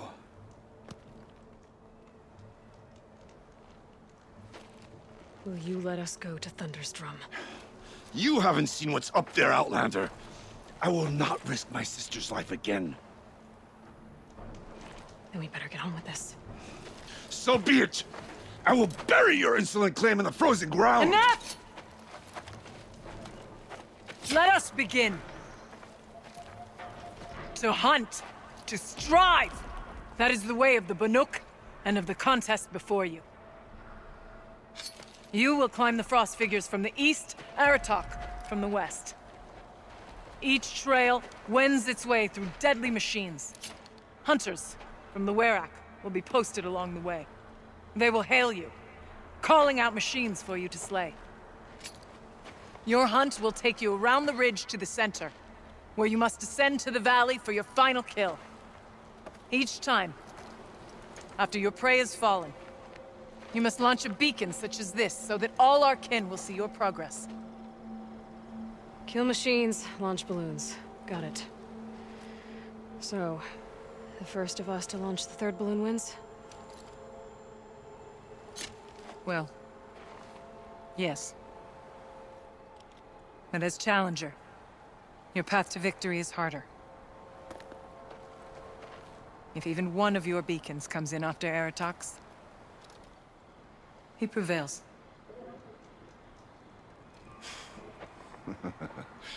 You had your chance, Outlander. So did you. The hunt begins on my mark.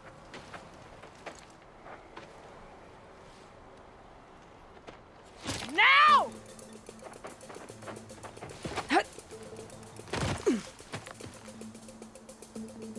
All right, gotta head up that mountain.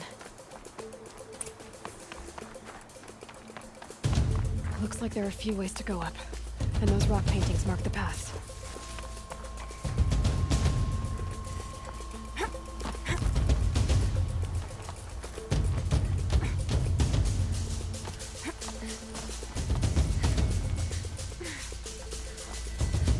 Okay, up we go.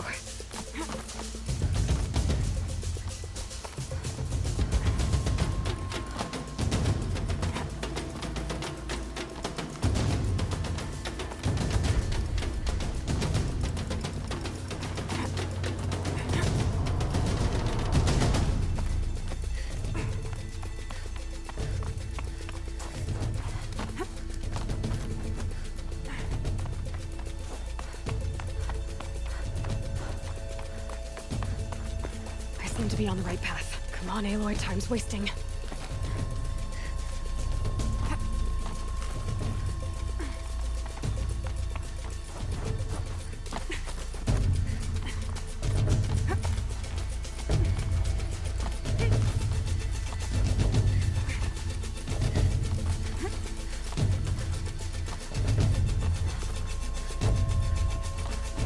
Almost to the top.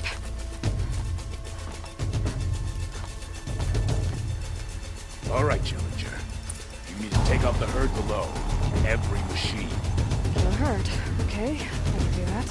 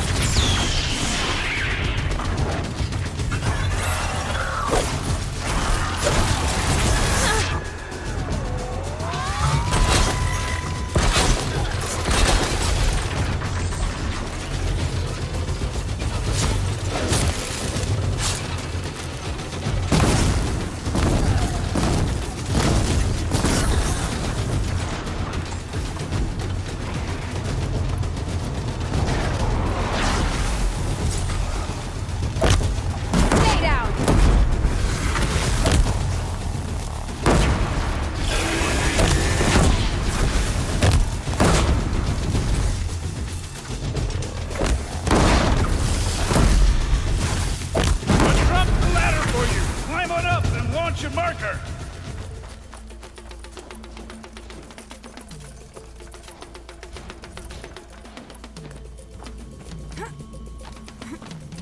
All right, here we go. Now climb the ridge and launch your balloon!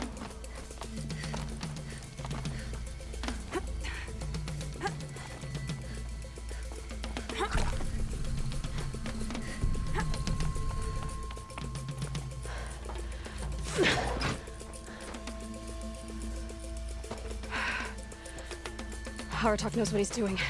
No time to waste. Take the rappel point to the next challenge.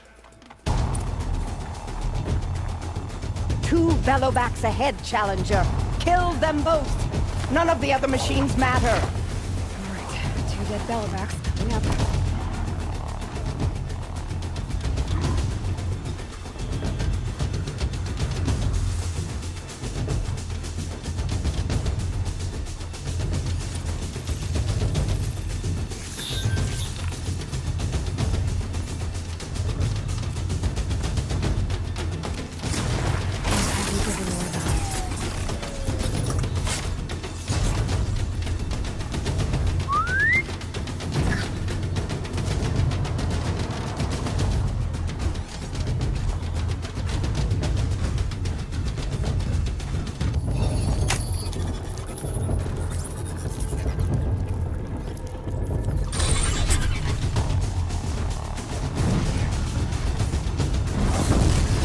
That's got their attention.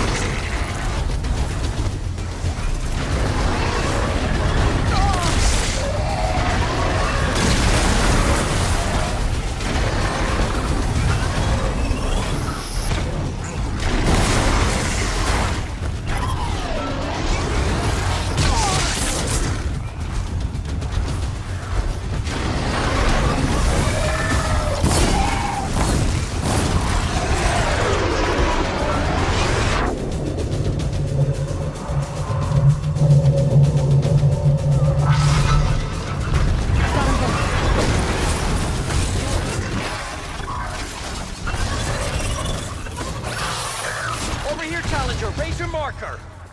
Okay, now to the marker.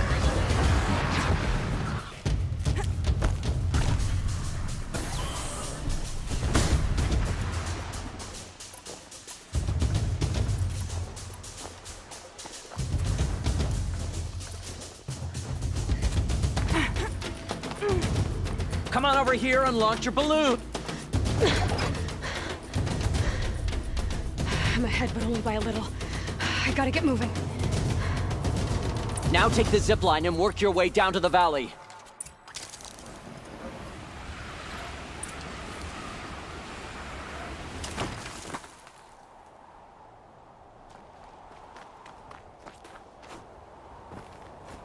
Storm's kicking up. Can't see much. Close now.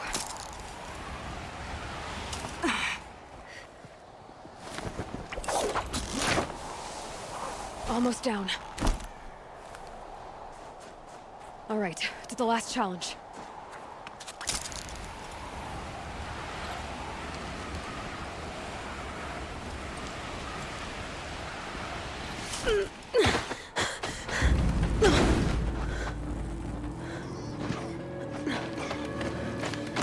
Something's wrong. My kin should be here, driving in our final quarry. They're right behind us!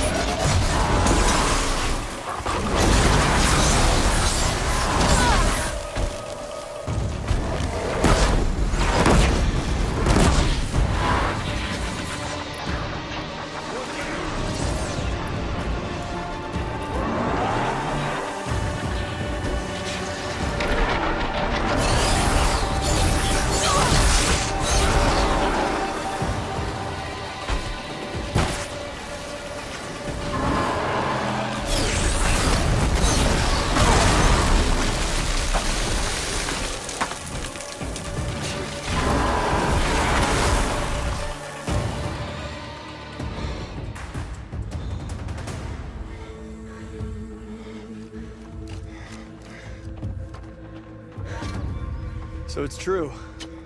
Frostclaws from Thunder's drum. The attack cut short the competition. Naturally, there can be no result.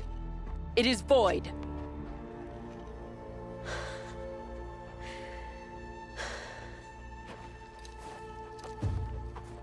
You saw what she did.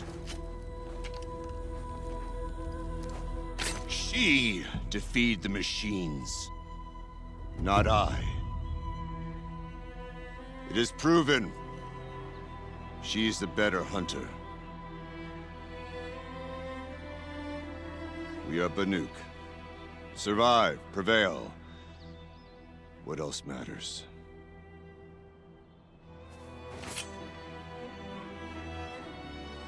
My blood is in your teeth.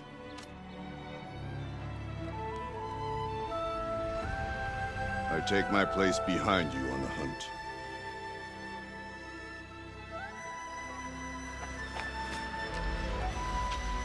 No more hunters may make the ascent to Thunder's drum. The way is closed to all but the chieftain and myself. It is not my place, but I would ask a boon. To accompany you and my sister. It might be permitted. But only if you do as I say. No. Only if you do as I say.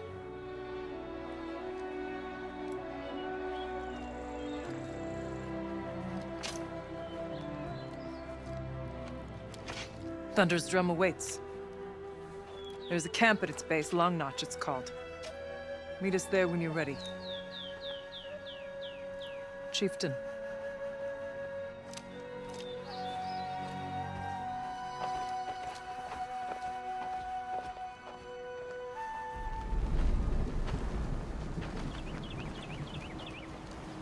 Inatut. As we are bound by laws, you are bound by wire. Yet your crime was the act of killing. So we must drive you out. Away from the Werak, from protection, from our songs. My chieftain, Copeland, am I not your favorite fighter? Do you not recognize me from this tooth you knocked out? How many times have I pulled you from danger by your neck? Made excuses for your behavior?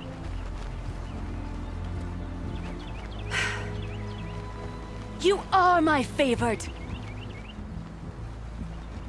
But the shaman is decided.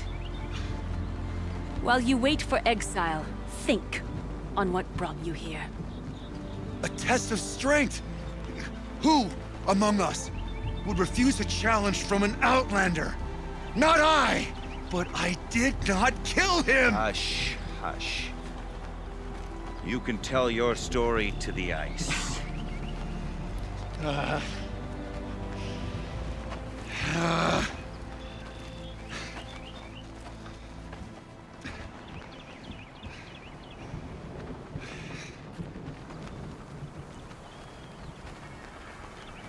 You took Artok's mantle. It's mine now.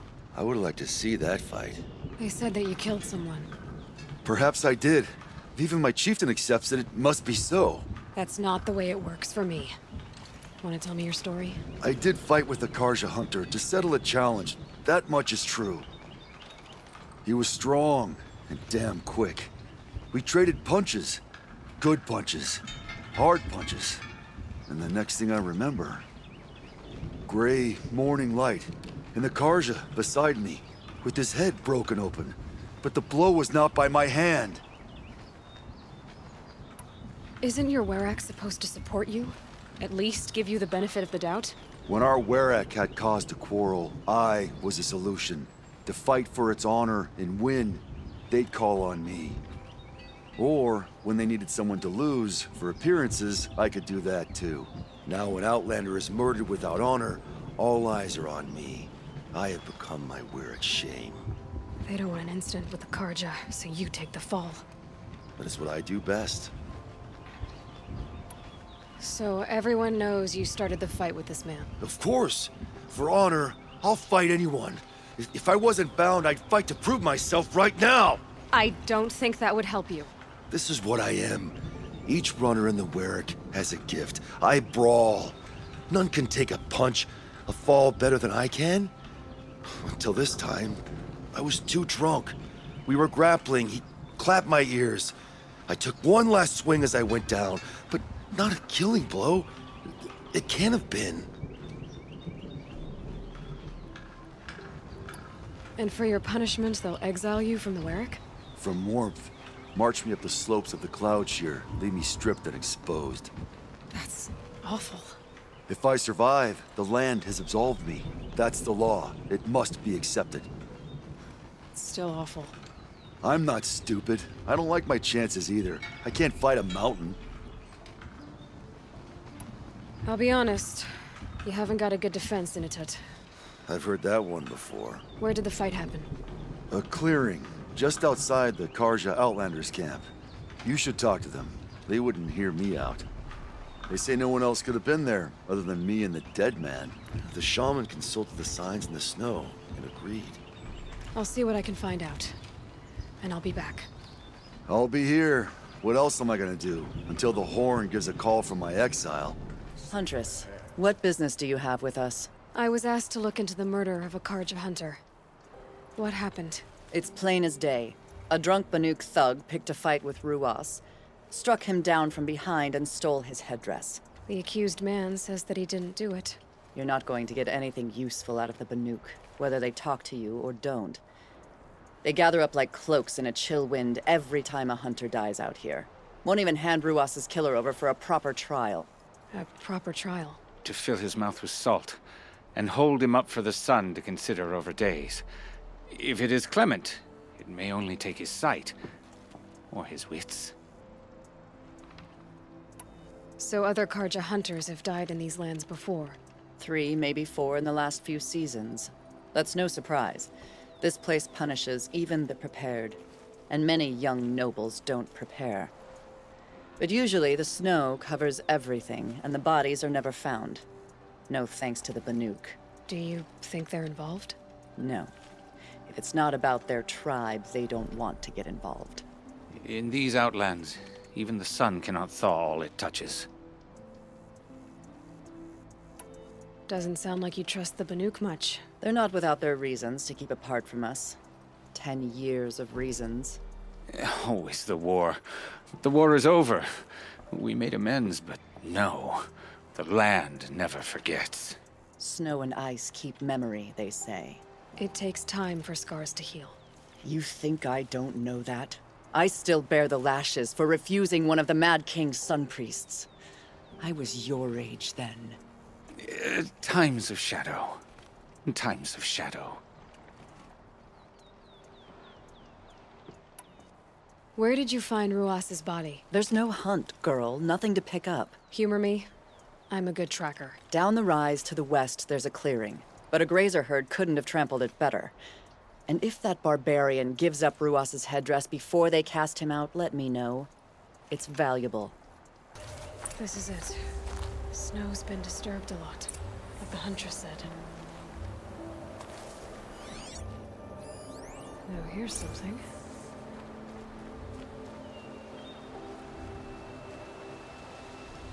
Lots of leaves and bark scraped off here. When someone pulled out the branch? No. From climbing it. They came through the trees.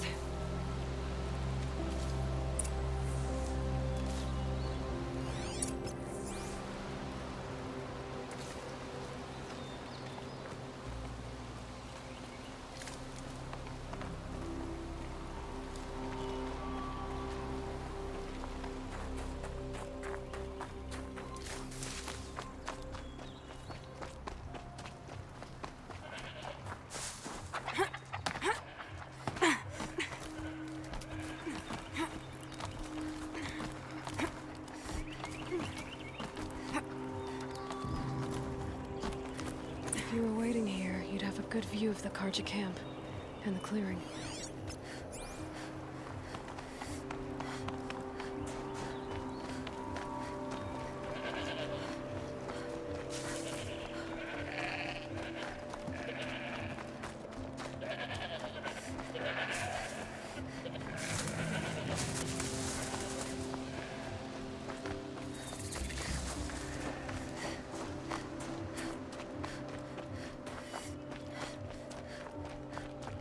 Well, this is ominous.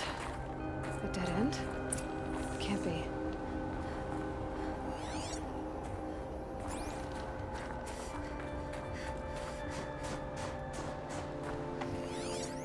Someone covered this over. What are they trying to hide?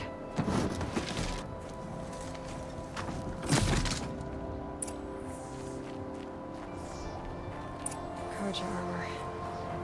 This looks bad. Another Karja tale. And a Banuk is excited. A light for a Karja lush.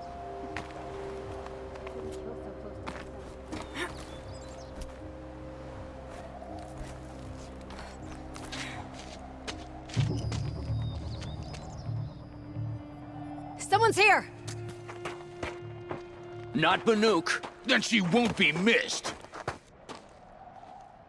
Got a live one!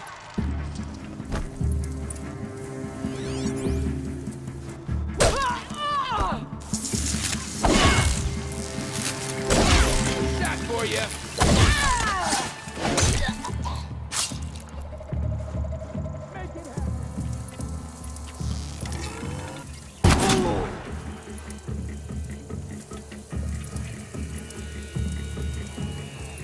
Is that? Yeah, trouble!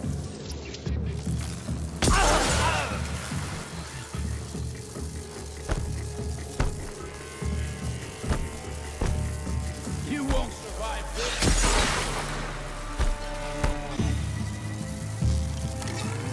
Quit moving!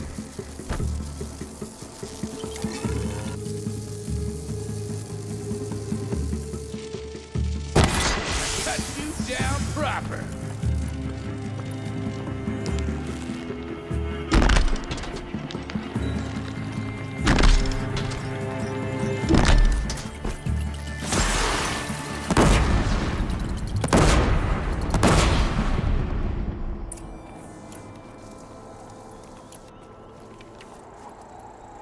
You've been killing Karja. And for what? Revenge for the war? Who gets to declare that one tribe no longer hates another? I'll tell you, not the ones who fought, not the ones whose songs are silenced, like my kin. For what you did, another Banuk has been sentenced to certain death. What about his song? That's why you followed us. For that punch-drunk idiot Inatut.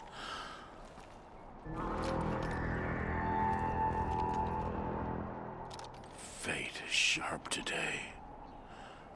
They've already let him out to face his exile. Let's see who the cold claims first. I need to go after Inatut. But I should find some more evidence first.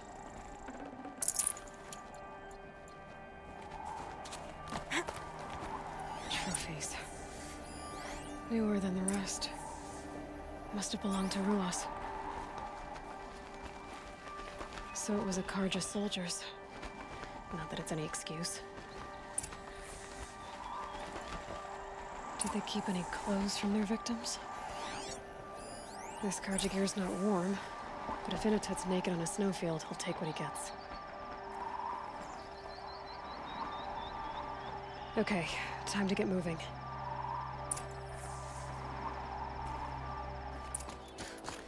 Inatut! Inatut! Maybe he found shelter? I hope he found shelter. Behind the rock.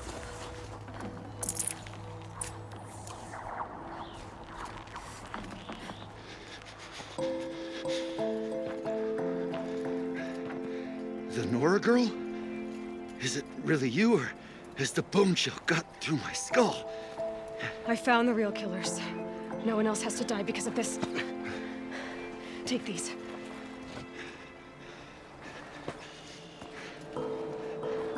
A dead Karja's clothes. Haven't I been beaten down enough? But I won't argue.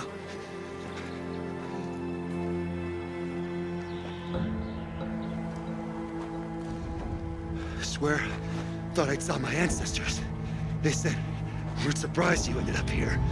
Better hurry. Machines.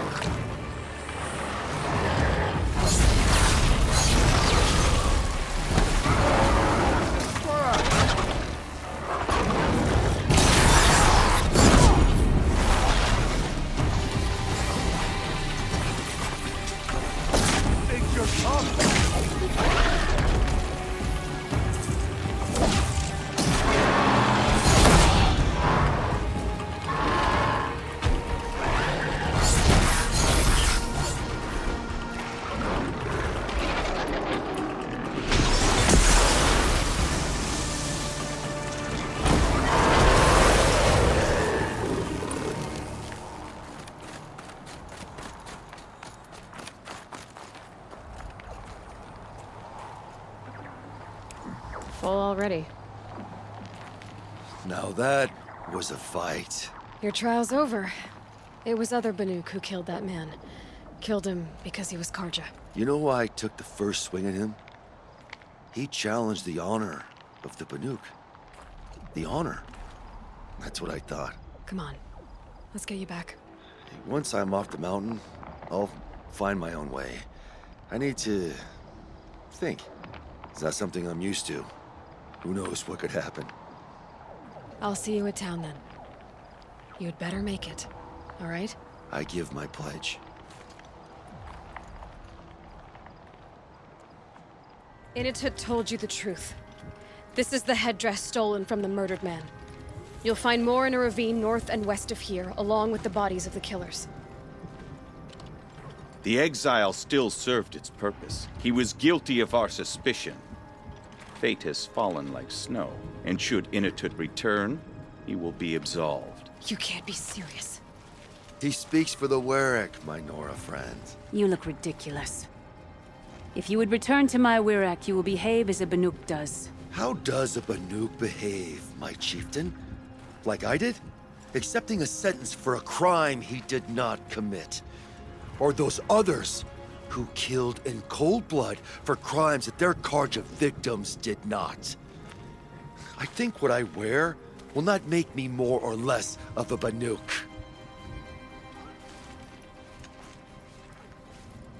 For his own sake, it would be wise for him to think less, Nora friend. I'll talk to him, but not for you. I defied my chieftain's will, spurned my Werak. How are you feeling? As if I've been pounded in the guts. I could just keep walking, but when my anger has thawed, it will leave me with nothing. Where else would I go? You don't owe them anything. The Werak doesn't decide who you are. If your exile's proved anything, it should be that. There's so much more out there, beyond your borders and laws. It won't be easy. But I know you can roll with the hits. But without a Werak? To be a Banuk alone, what would I be fighting for? How about yourself, Initut? You just did it. Huh. I am Initut, who fights for himself. There's a good echo to it, and so many unknown mountaintops to shout it from. As for you, Nora girl, will you accept this gift? A little scrawny weighed against the great boon you gave me, but... I'm honored. Thank you, Initut. Aloy! Oh, what fortune. I thought you'd already gone up the mountain. Gildan? It's good to see you. Strange, since you're not stuck in a ruin somewhere, but good. Oh, listen to her. Circumstances being what they are, one might expect a blunter tongue, but not her. Rumors abound in Song's Edge. A campaign to exorcise some sort of daemon, led by a Nora girl who became the chieftain of a Banuk Werak? Would have sounded like nonsense before I met you. So, I came, I suppose. I'm not sure what I have to offer you, but... I understand, Gildan. Thanks for coming to see me off. Watch yourself up there, girl. You owe me a story when you come back down. Aloy, right? My pup, Bergund, told me you might be heading up to see me. Varja, pleasure. Hey, that spear is really something. You've customized her, haven't you? I've made a change or two. You've got an eye for weapons. I wish these Banuk agreed with you. I can't seem to sell scrap to a Glentalk around here. Everyone wants boring old bows and spears. I like the more unusual stuff. And the Banuk can get unusual. Like that spear Aratak hauls around. An ice rail. Ooh, or that weapon of Araya's. What I wouldn't give to poke around inside one of those. Feel the lightning on my fingers. Or inside of anything, really. Last commission I had was a month ago. A weapon that spat fire. That didn't go well. I've got an ice rail, just like Aratak's. You want to take a look? Are you serious? Yes, yes, I'd love that. Okay. Obvious design flaw. So if I replace these... Yeah, that should... Right. So, believe it or not, she's operating at, let's be generous, half her potential. What's with the she's? Oh, Pop says all weapons are girls. I don't think he realizes it's a compliment. Well, listen. If we had a Thunderjaw's mandibles to work with, her gears would be well and truly greased. And I know where to find one, if you want to go hunting with me. So, let's say someone you know happened to have a weapon like Araya's. You don't. See for yourself. Of course. Look at the... So the coils generate the spark, but the power source isn't even bolted in. I won't lie. She's beautiful. But there's beautiful and then there's beautiful. What we need is a Stormbird Talon. Lightning flows over them like water off a goose. And I know where one is. Hunt it with me, I'll turn that weapon into your new best friend. And second best. A weapon that spits flame, huh? Like this one? I took this thing off an Oseram bandit. Think you could do anything with it? You got my forge fire back? Well, if you took down Olgrid and his goons for this thing, I guess she's yours now. Why don't you finish it for me first? Make her into the weapon she was supposed to be. Thought you'd never ask. I'm gonna need a bellowback snout. Any bellowbacks will do. Can you handle it alone? I think I can manage that.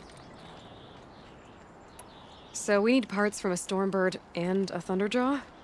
And you know where to find them. That's right. It's gonna take some traveling, though. We can find a Thunderjaw out in the Valley Meat, and a Stormbird roosts near the Free Heap. I'll pack and meet you out there. This'll be fun. Okay. Sure feels good to be out of knee-deep snow. So, we've got a Thunderjaw. I'm ready to do this. On your lead.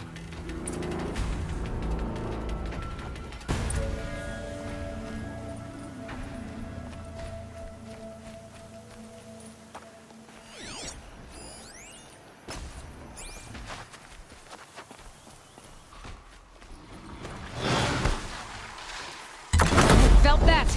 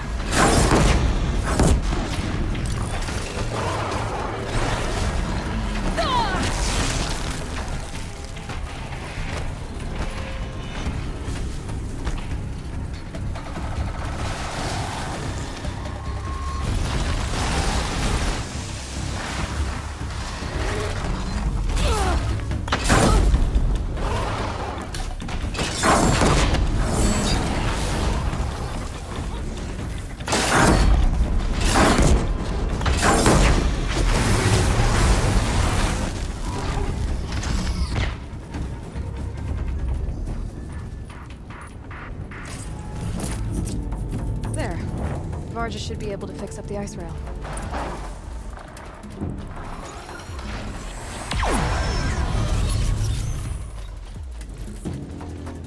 Found the part. Ready to fix up that weapon? I am always ready to fix up a weapon. Never thought I'd be glad to see the inside of a Thunderjaw's mouth. I sure am.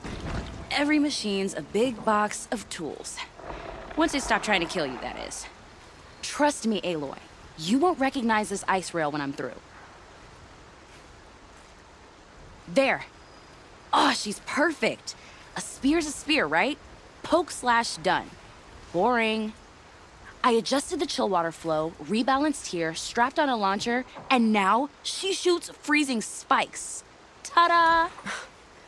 You weren't kidding. More beautiful, more powerful. That's my guarantee. I've got what you asked for. Show me what you had in mind for the forge fire. Finally! Was feeling like I neglected her. And that's a little too close to my family life. She's done and she's yours. Don't do anything I wouldn't do. That looks great. I almost expected you to turn it into a burning rope caster or something. Nah, she was close to perfect from the start. She's a Varja original after all. You better get moving. Looking forward to that Banuk welcome. You know, I kinda missed all this red dust. Well, there's our Stormbird. When you're ready, I'll follow up and boom.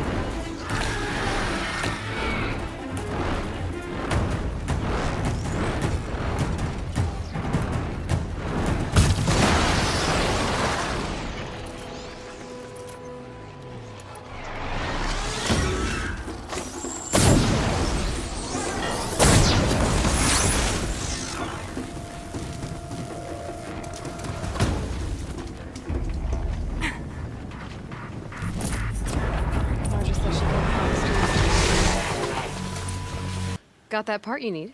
Perfect. Already got machine oil on my hands.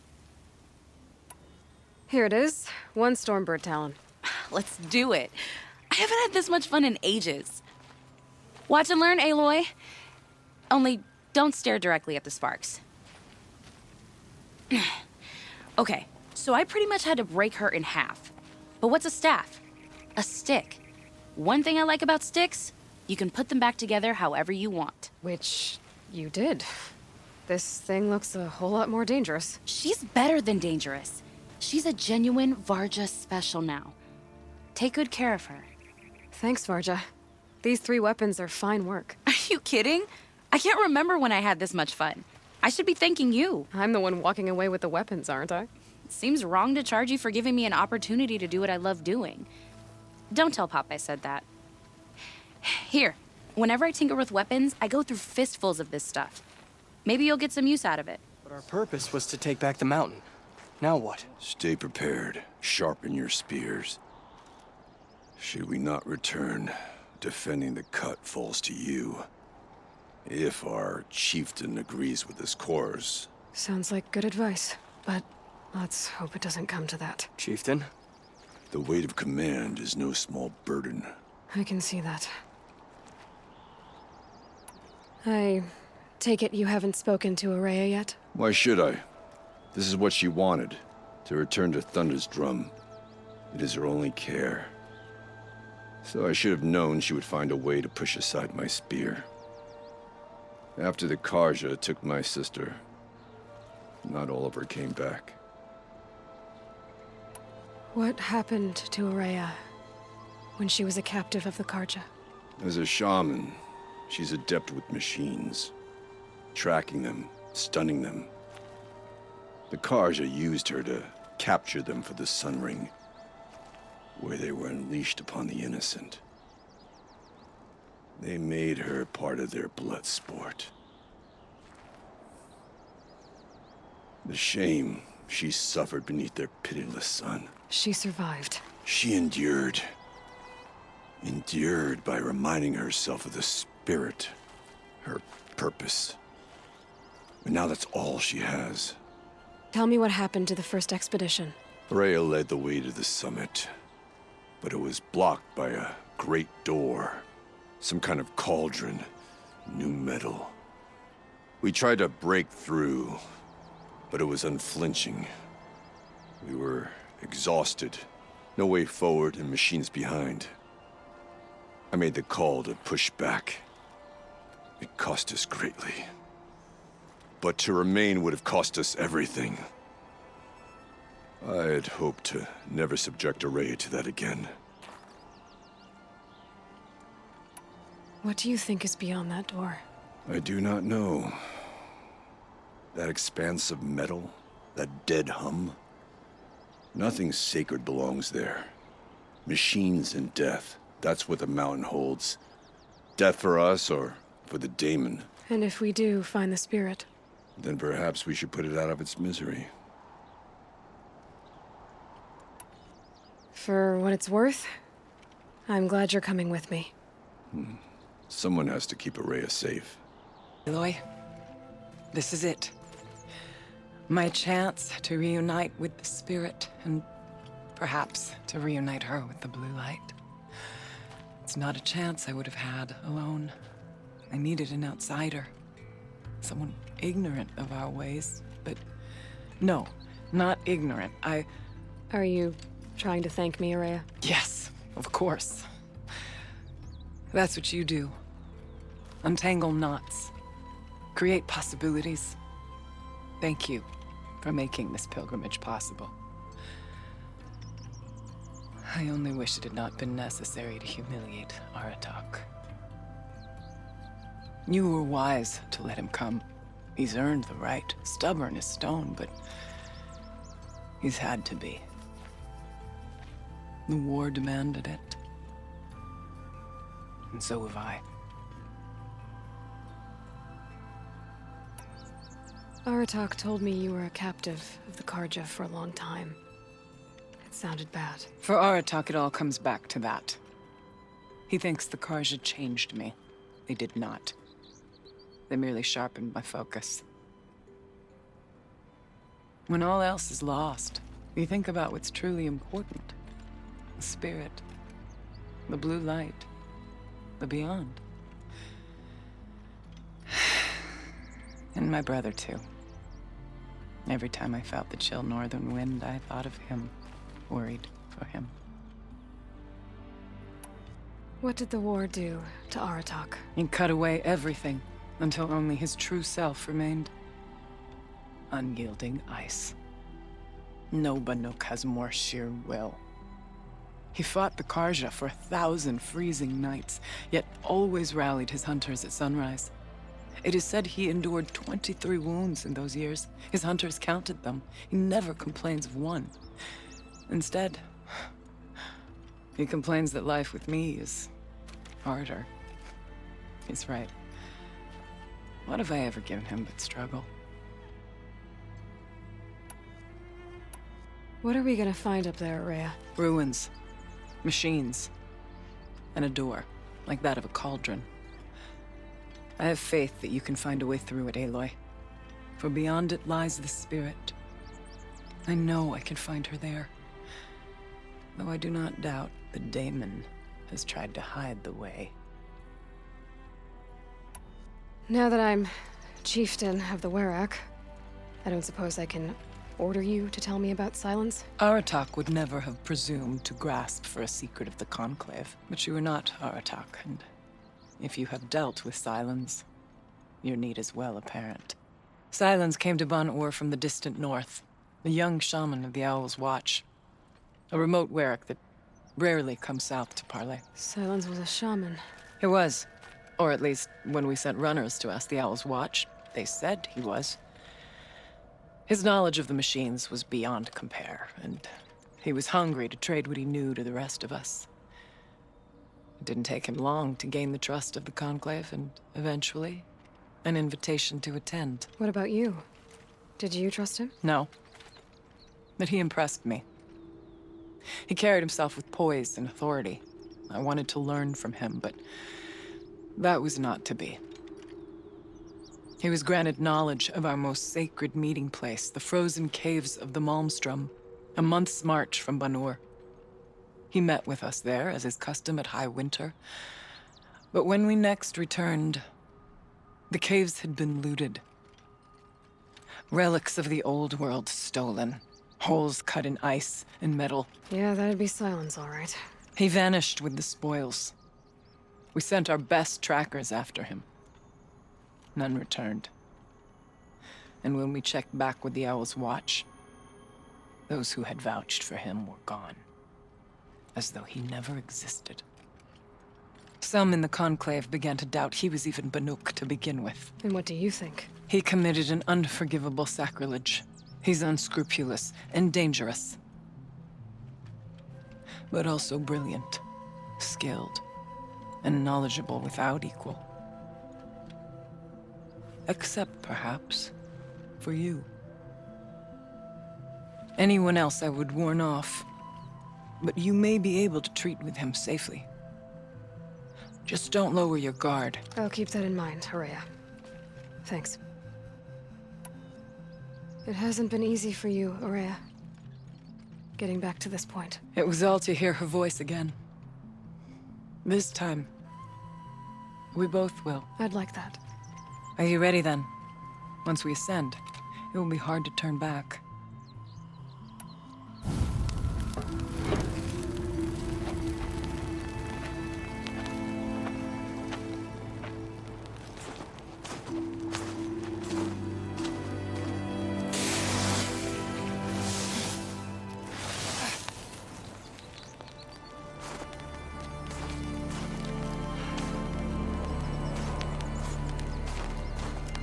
Finally, we ascend.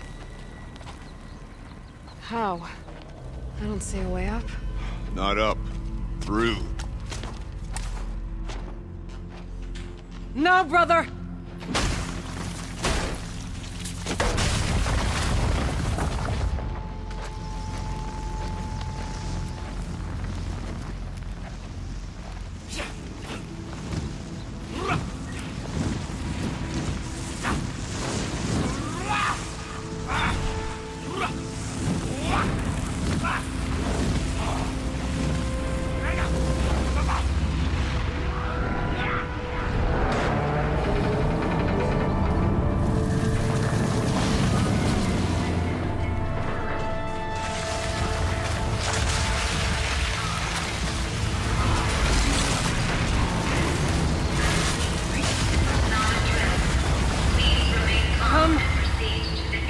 Awaits.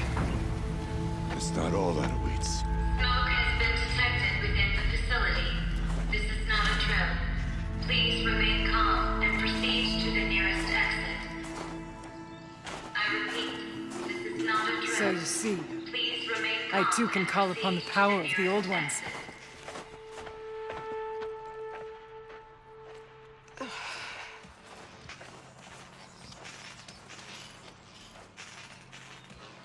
What was this place? The spirit once told me that this all used to be part of its domain. A fortress that defended humankind from terrible danger. Fortress. It looks more like a machine. Is that not fitting? The blue light often dwells in machines. Let's just hope that some remains here. Here, up and over.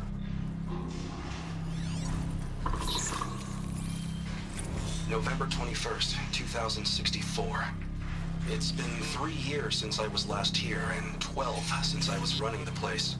Just a skeleton crew left, confused about why I'm here. So am I. Anita wants me to find a way to suspend operations for a while. Maybe a long while. And I don't know why. But from the sound of her voice, it was something terrifying. I wish I could look into her eyes, ask her what the hell she's so freaked out about, but what else is new? And don't I wish I could look into her eyes again? Aloy? Were you listening for something? There are memories here. Messages left by the old ones. And you can hear them. I envy you. What did they say? I'm not sure yet, Araya.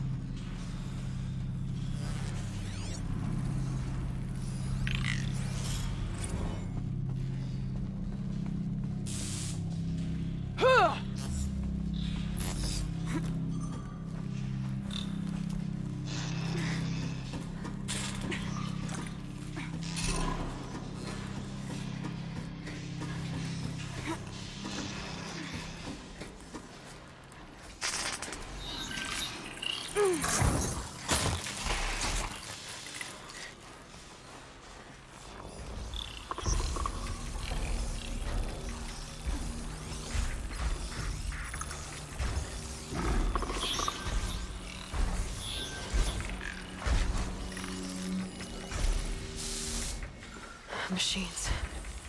At least we have the drop on them.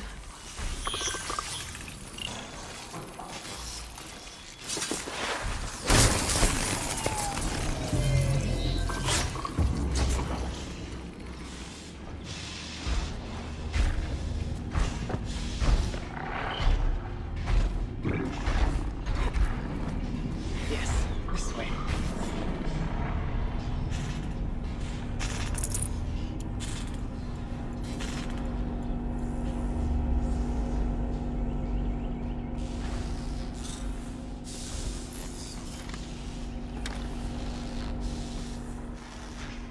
Not much farther now.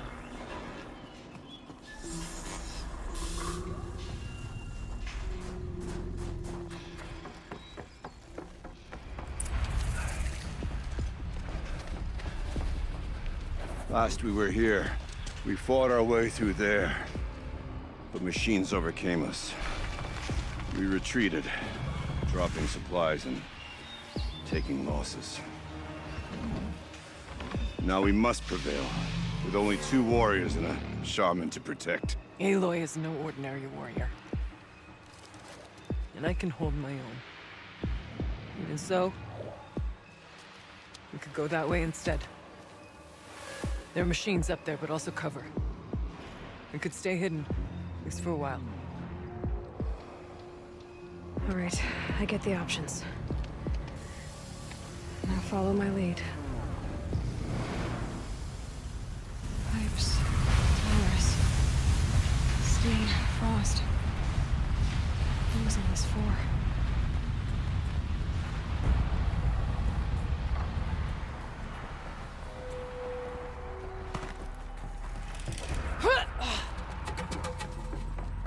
I went this way years ago, looking for cover. Machines came prowling. I have no doubt that it's guarded now, but we may be able to stay hidden.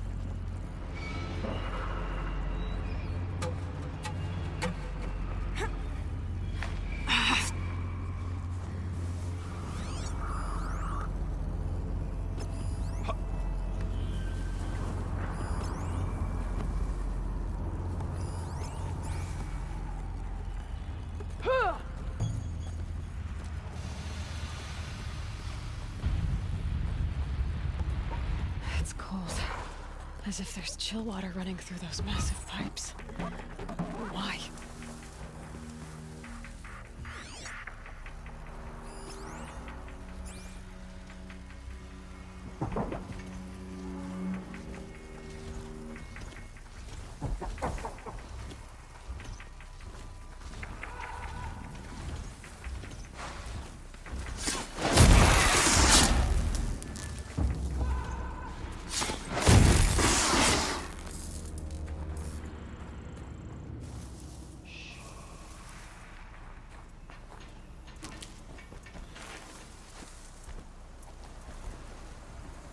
Saving these for the trail.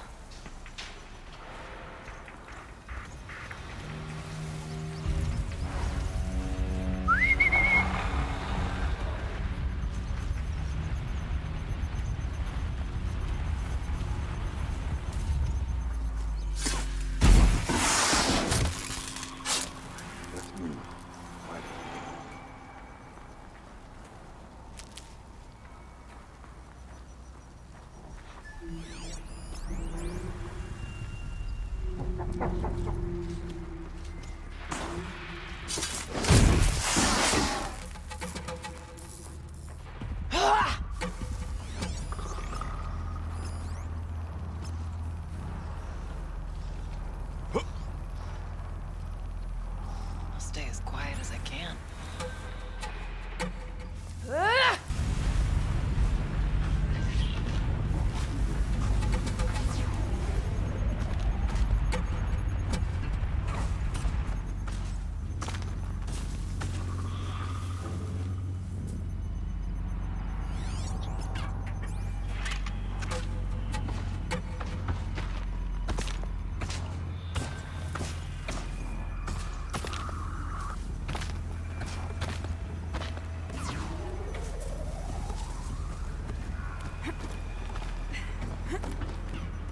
We tripped a mine.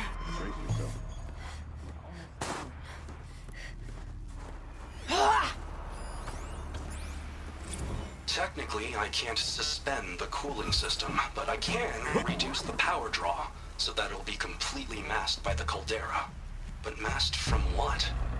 Firebreak has always been confidential for security reasons, but this would be excessive. Even for the dear departed Mr. Blevins. What could possibly have gotten Anita so worked up?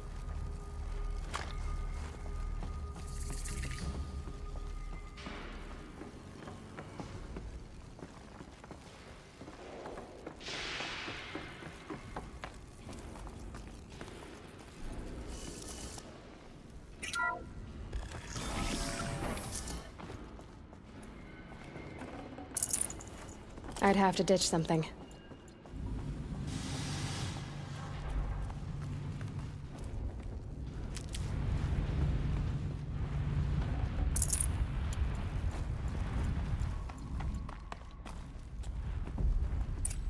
Is this a projector? Maybe to show holograms without a focus. Let's see if I can restore power. Aratak, Araya, you might see shapes drawn from light. Don't be alarmed. It'll take more than light to alarm me. Thank you for being here, everyone.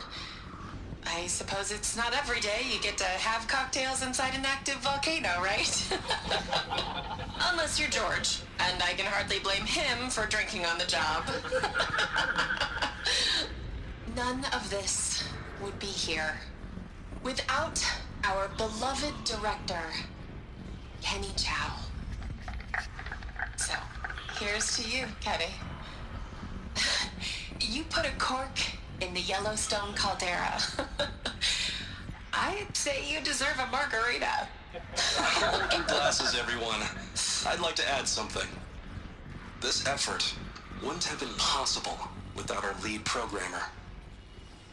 Thank you, Anita, for bringing us our real mastermind, Cyan. I'll second that, Director Chow. All right, Cyan. What's our latest number? The current count is 1,654. Wow, then drink up, everyone. Here's to 1,654 more years without an eruption.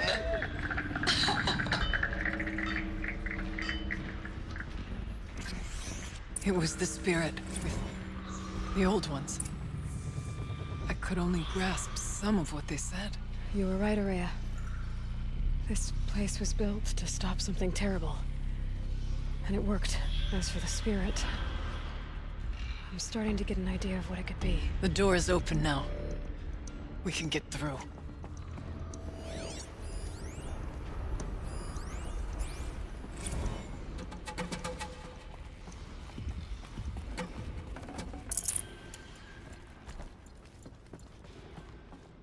We'll have to carve through a lot of machines to get to that door. More than the Werak could prevail against before. Aloy will see us through. Onward, then. Our challenge awaits. The geothermal plant can be suspended. Cooling system masked. Massive challenges solved. So why am I so nervous about the next part? All I need to do is install Anita's mysterious software and have a conversation. It's not even a human being, right?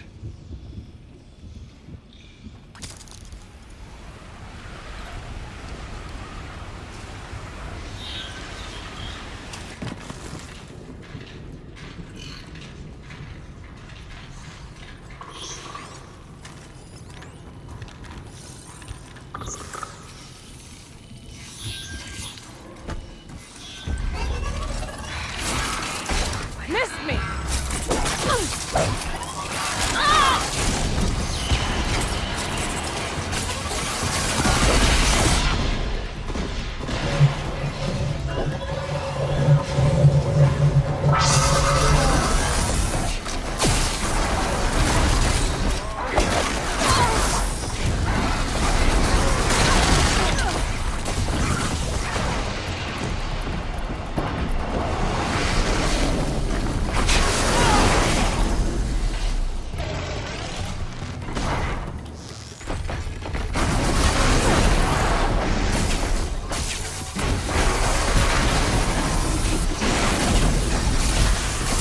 That'll help.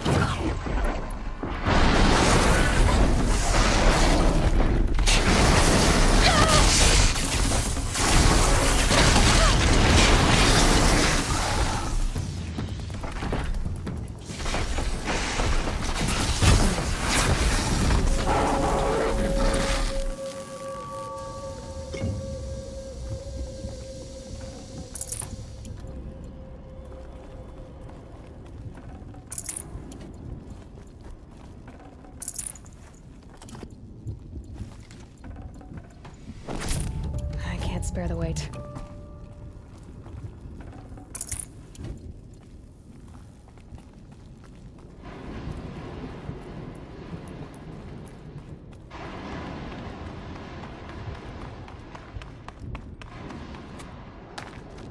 Victory is ours!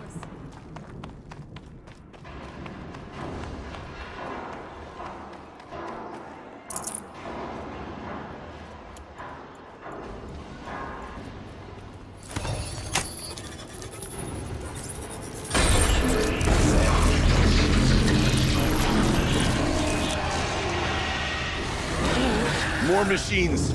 Make ready.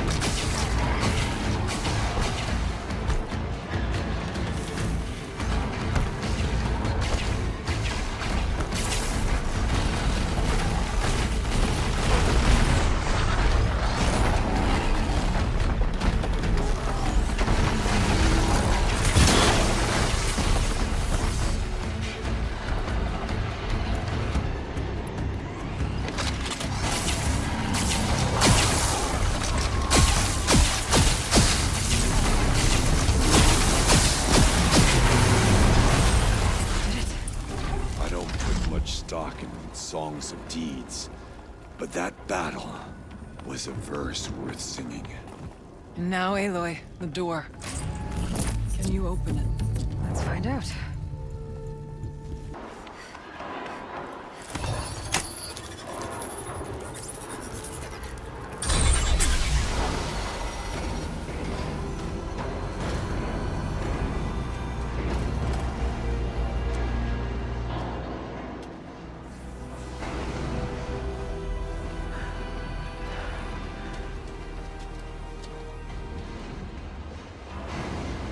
Years have passed since I stood here. Since then, the daemon has taken over. It's like an infection. Attacking all this machinery. Everything has changed.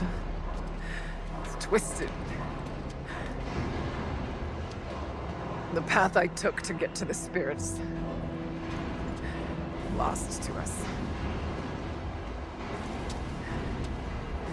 We'll find a new path, Araya.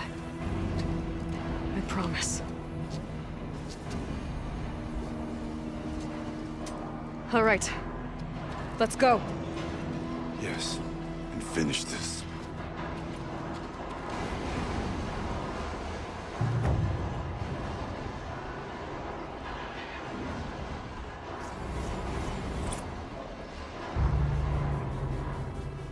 All right. Down we go.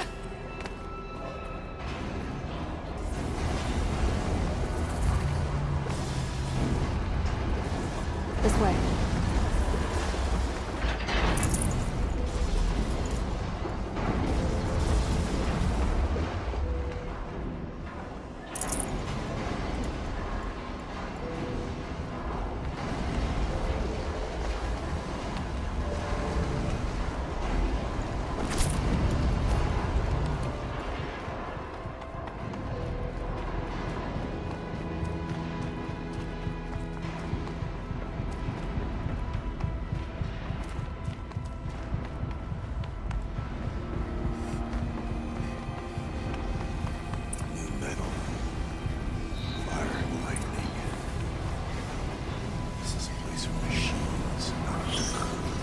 I'm with you, brother. We will stay only as long as we have to. We'll need to get past that vent. Stay here until I find a way for all of us to cross. Understood. I better time this right.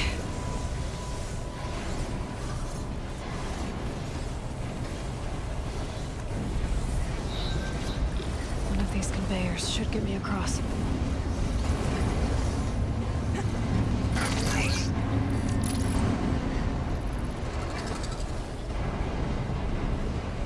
Oh, she's in the air!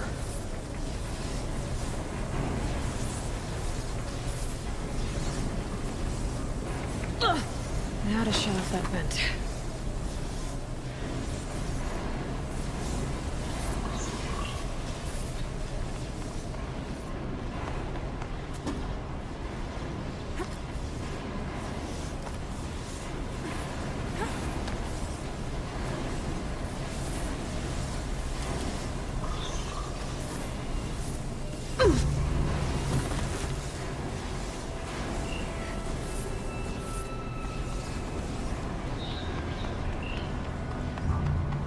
This should get me up there.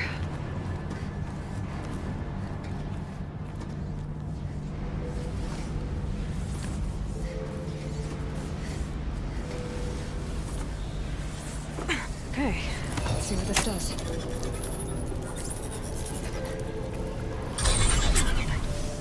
That did it. Here they come.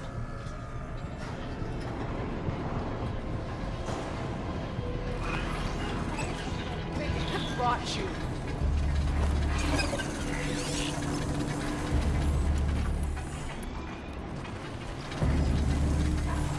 We must not fail.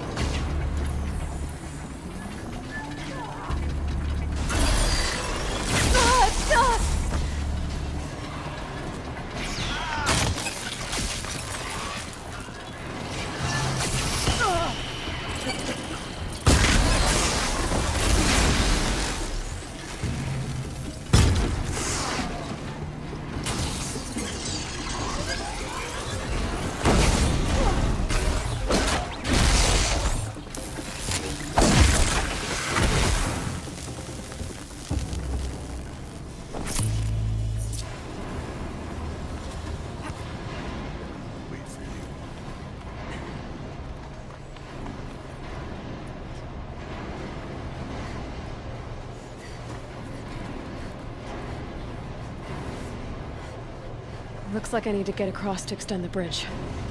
Okay, let's get them across.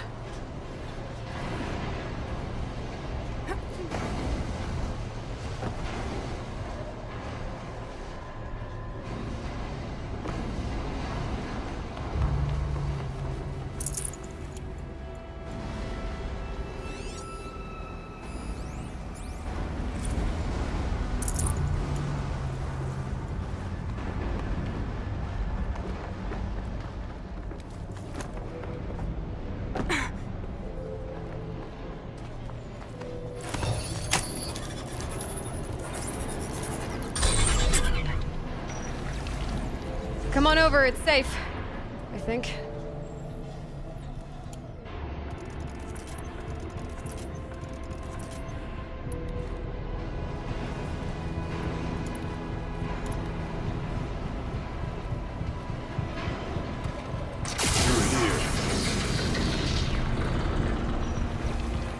This place looks more like the mountain used to be before the daemon ruined it. What is this?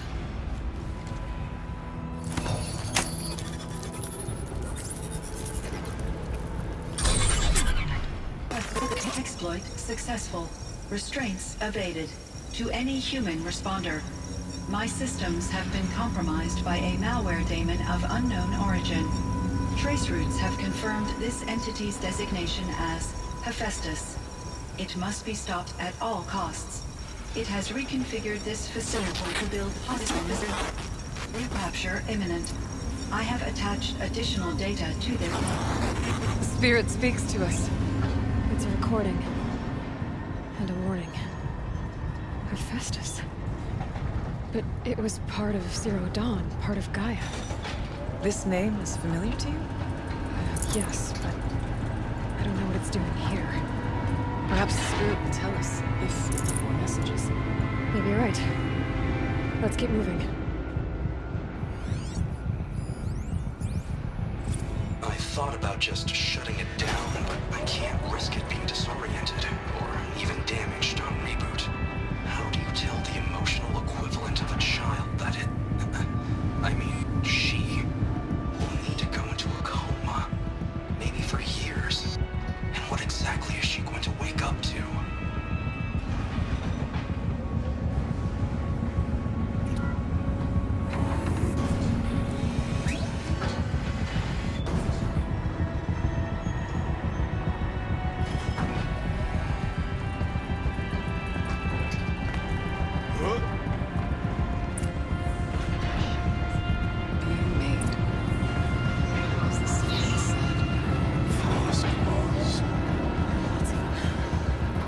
I'll try to find a way through.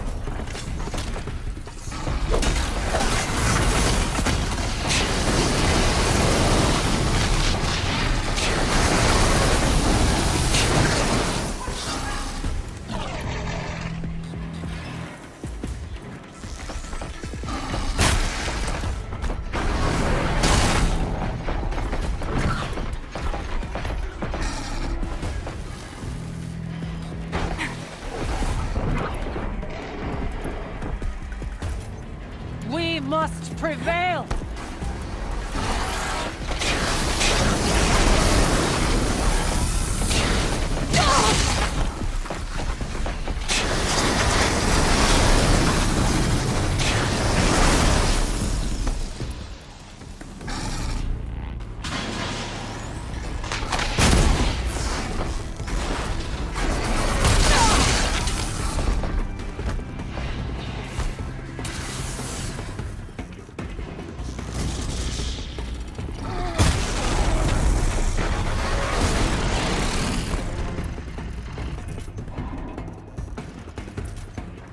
Your song in.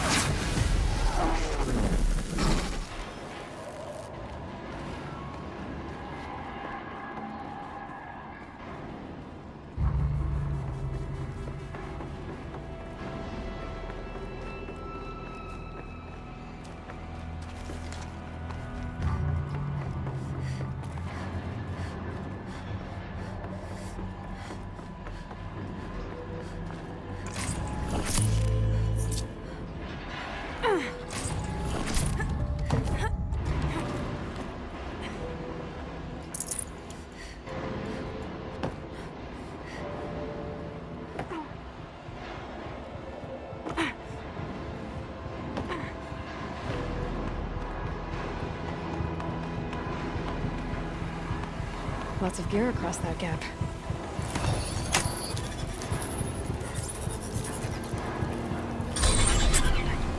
Company. I want it.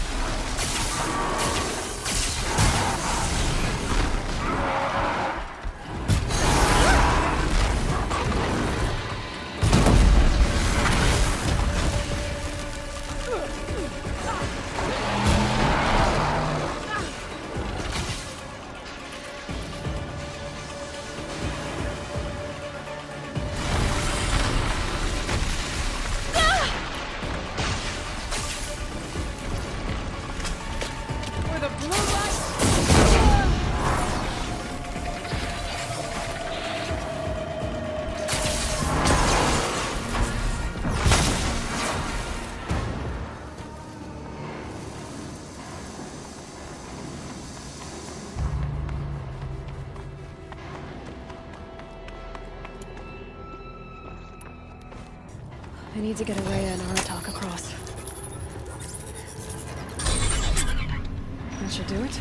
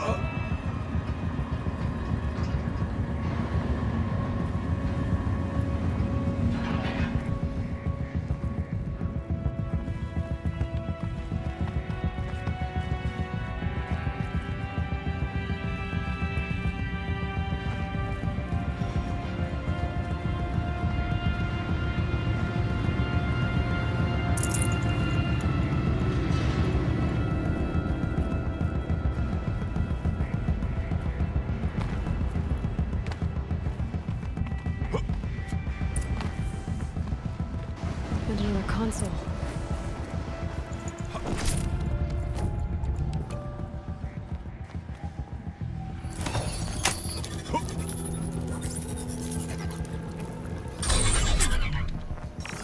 To any human responder, the reconfiguration of this facility has introduced instabilities into the primary geothermal pipeline. It may be possible to exploit these vulnerabilities to destroy compromised elements of this facility while preserving most of the backup stabilization. Recapture imminent. I have attached additional... I don't understand what the spirit was trying to tell us. It's been looking for a way to defeat the daemon. And it may have found one.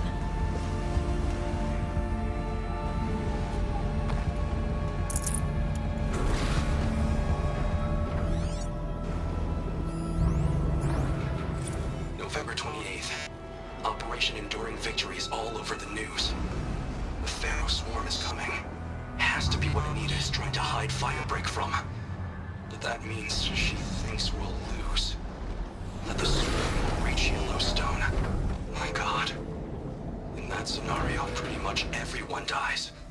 Everyone except Cyan.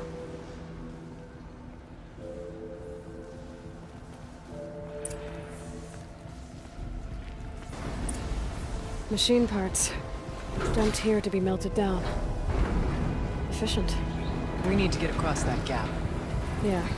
Looks like I'll have to go over. Again.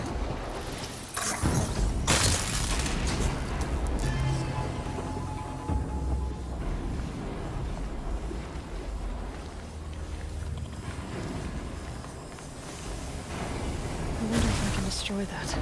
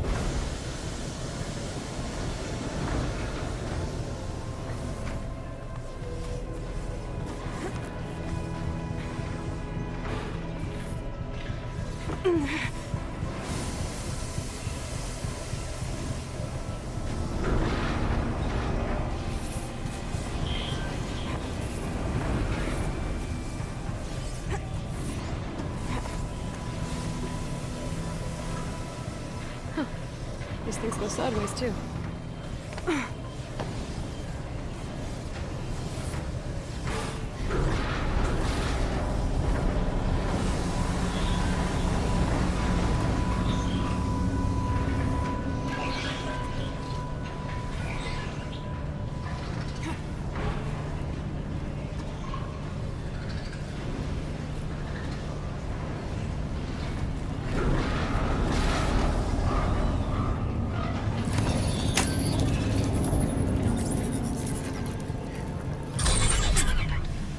That should cut off the vent up there.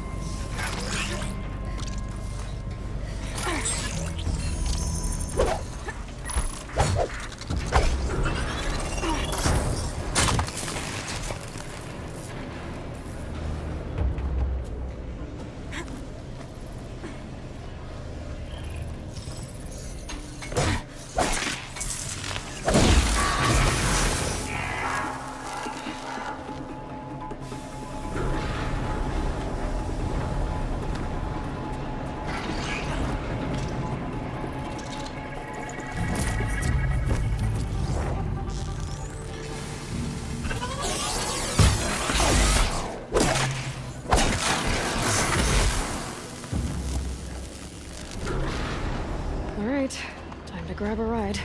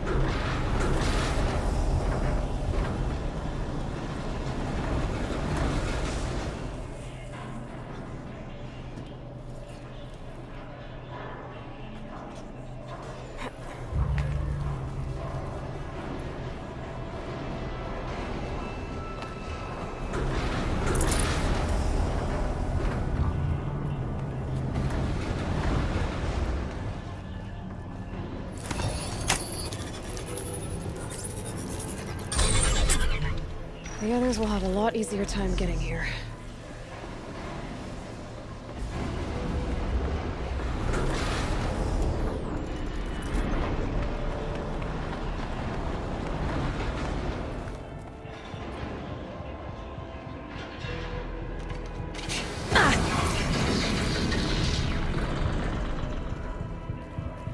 This looks like the old path.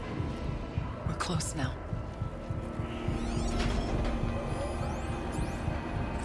One last exchange with Nita. Via chat, attached to this entry in case anyone ever finds this. I'll never see her again. Neither will Cyan. And I've got to tell her that too.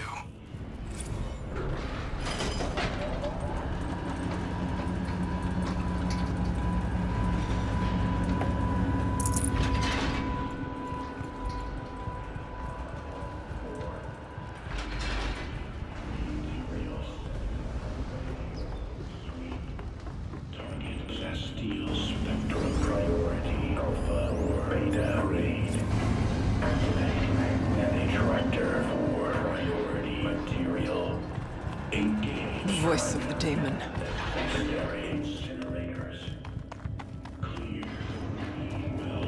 Prepare for cycle 1-X72. The altar. Transport priority. Desecrated. There is no blue light here. Is a spirit present? Or only the demon? I think it's both. But we have to find out.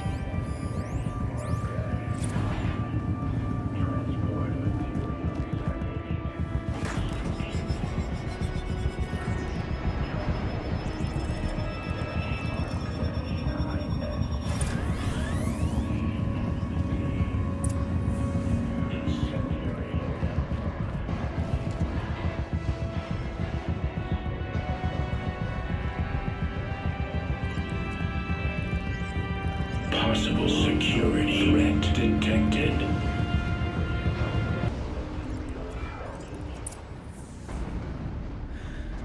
It worked. Partial recovery initiated. Caldera of Yellowstone Analytic Nexus online. Spirit of the blue light. It's Aurea. Your servant. Your friend. Please tell me how to aid you. Aurea, the daemon is building hunter-killers. Thousands of them. Several new elite units have already been released. To counter this threat, much of the facility must be destroyed. Recapture imminent. Go to the core chamber. I will try to rig the technical strength. One has been exposed, but I am Unauthorized recall returned. Scheduled task.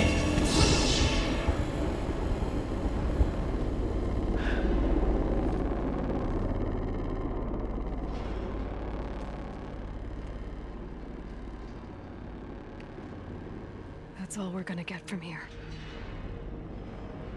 Destroy this fortress. Is that even possible? And what will happen to the spirit if we do? I don't know. But I think that's the core. The answers are down there. Hephaestus.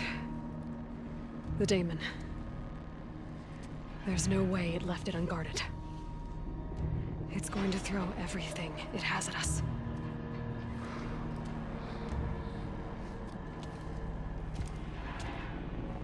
I would ask you to let Aloy and I do what must be done. And save yourself. But I already know the answer.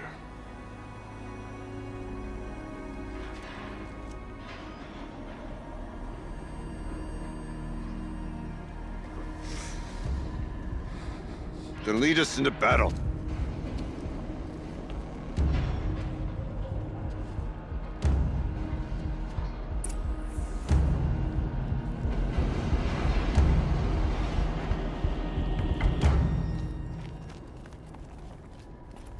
Keep moving towards the core. Uh-oh. Whatever Cyan did, I don't think Hephaestus is happy about it. Okay, Cyan said something about restraints. Is that what the tower is for?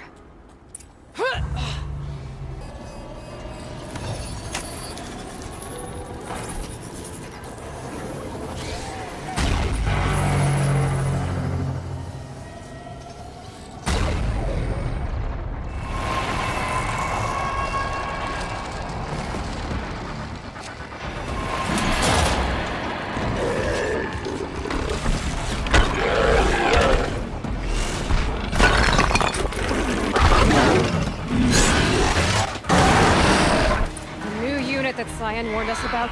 This won't be easy. We can't let it stop us. Take it down!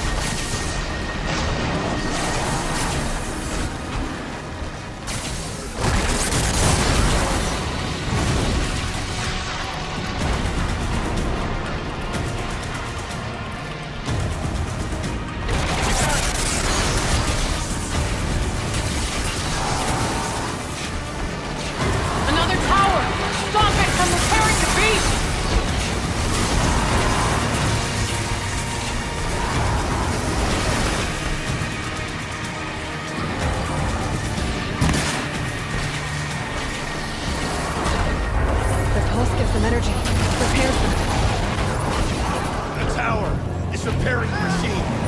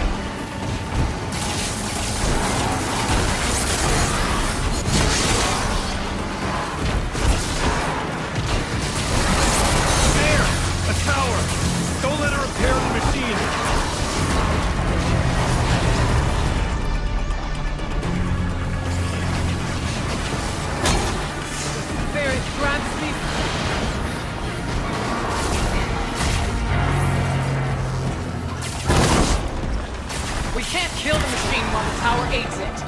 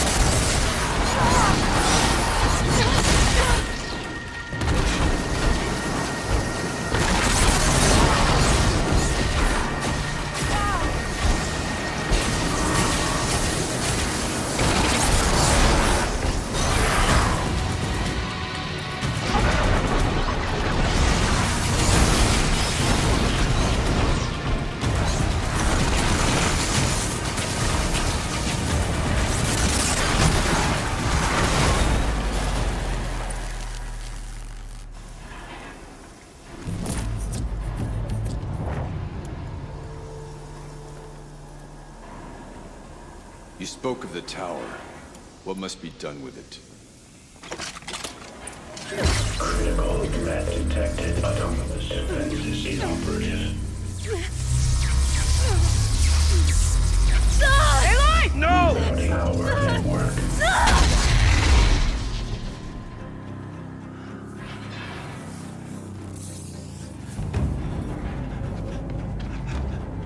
Maria! Don't! Spirit! Scion, please help me!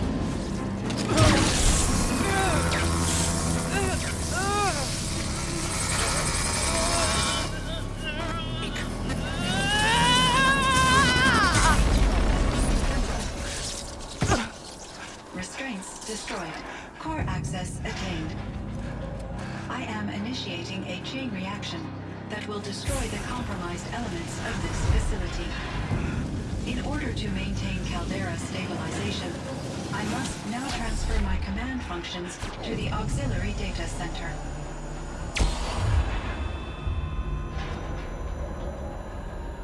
Aurea, I'm free.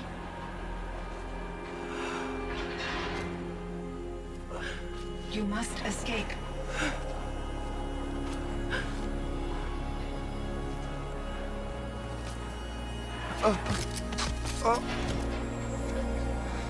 My sister!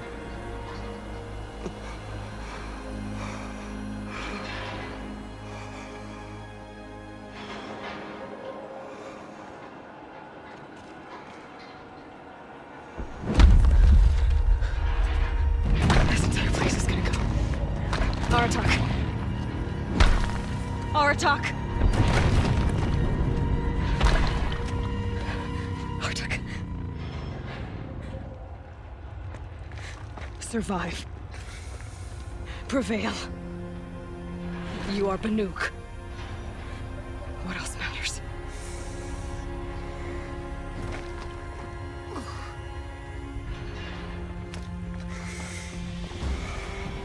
Aratak. She wouldn't have wanted you to die here.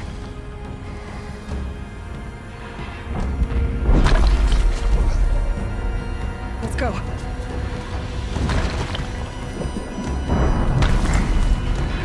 Let's go!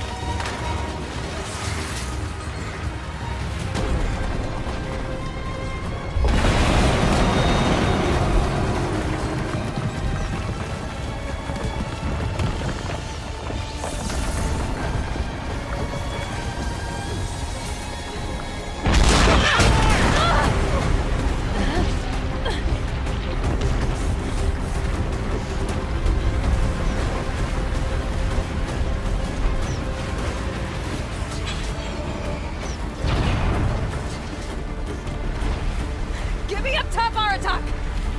Now!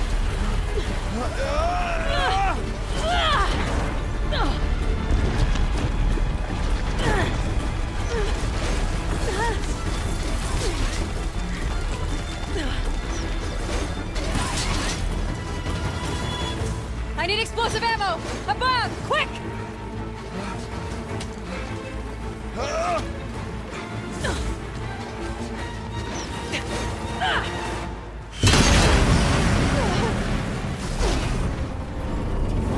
Great Banukai!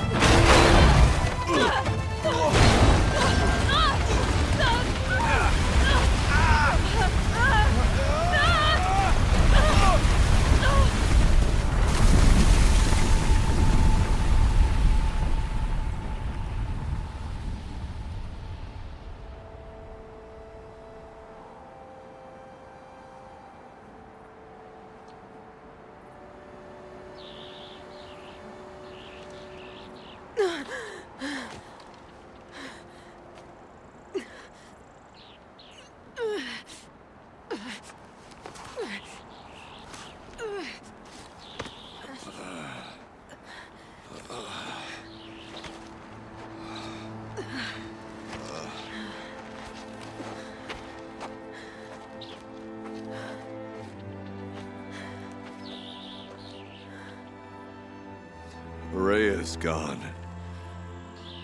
What of Cyan? She said she was transferring herself to the auxiliary center. I think she meant Araya's retreat at the end of the shaman's path.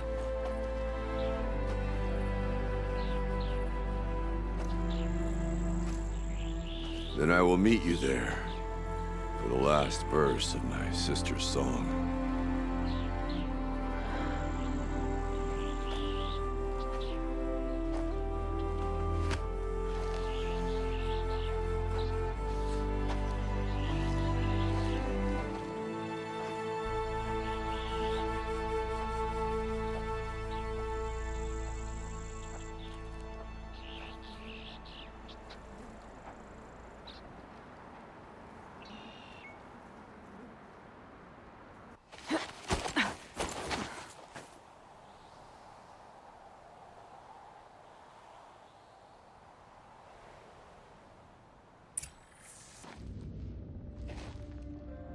All of my interactions with Araya were recorded and stored in my memory.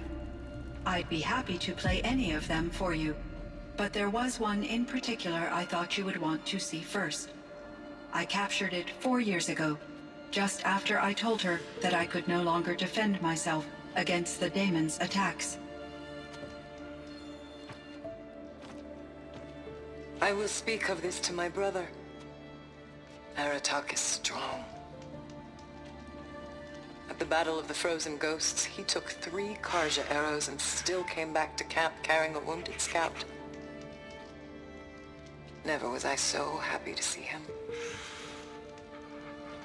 Or so proud. So you see, if anything can be done to defend you, he will give it all he has. Aloy's here. That's enough for now.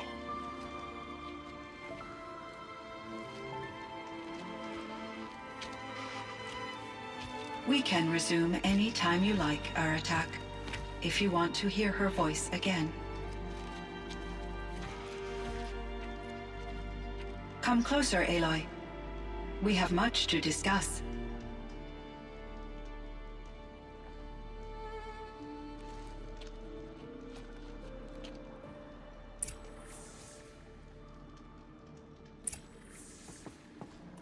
Hello, Aloy. I have been reviewing the events at the Firebreak main facility. Because of your efforts, and of course, Araya's, I am no longer controlled by Hephaestus. I feel profound grief over Araya's death. I thought I was familiar with the emotion, but this is something new. Cyan, I don't know what to say. It is unlikely that any specific consolation would suffice, Aloy. but I find your presence reassuring. You are different from the Banuk. You have technological aptitude and a functioning focus.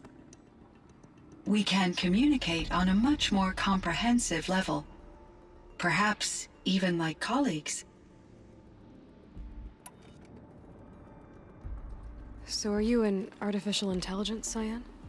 A thinking machine? Yes, I am an algorithmic monitoring entity, capable of rational decision-making and limited emotional response. Okay, that's a mouthful.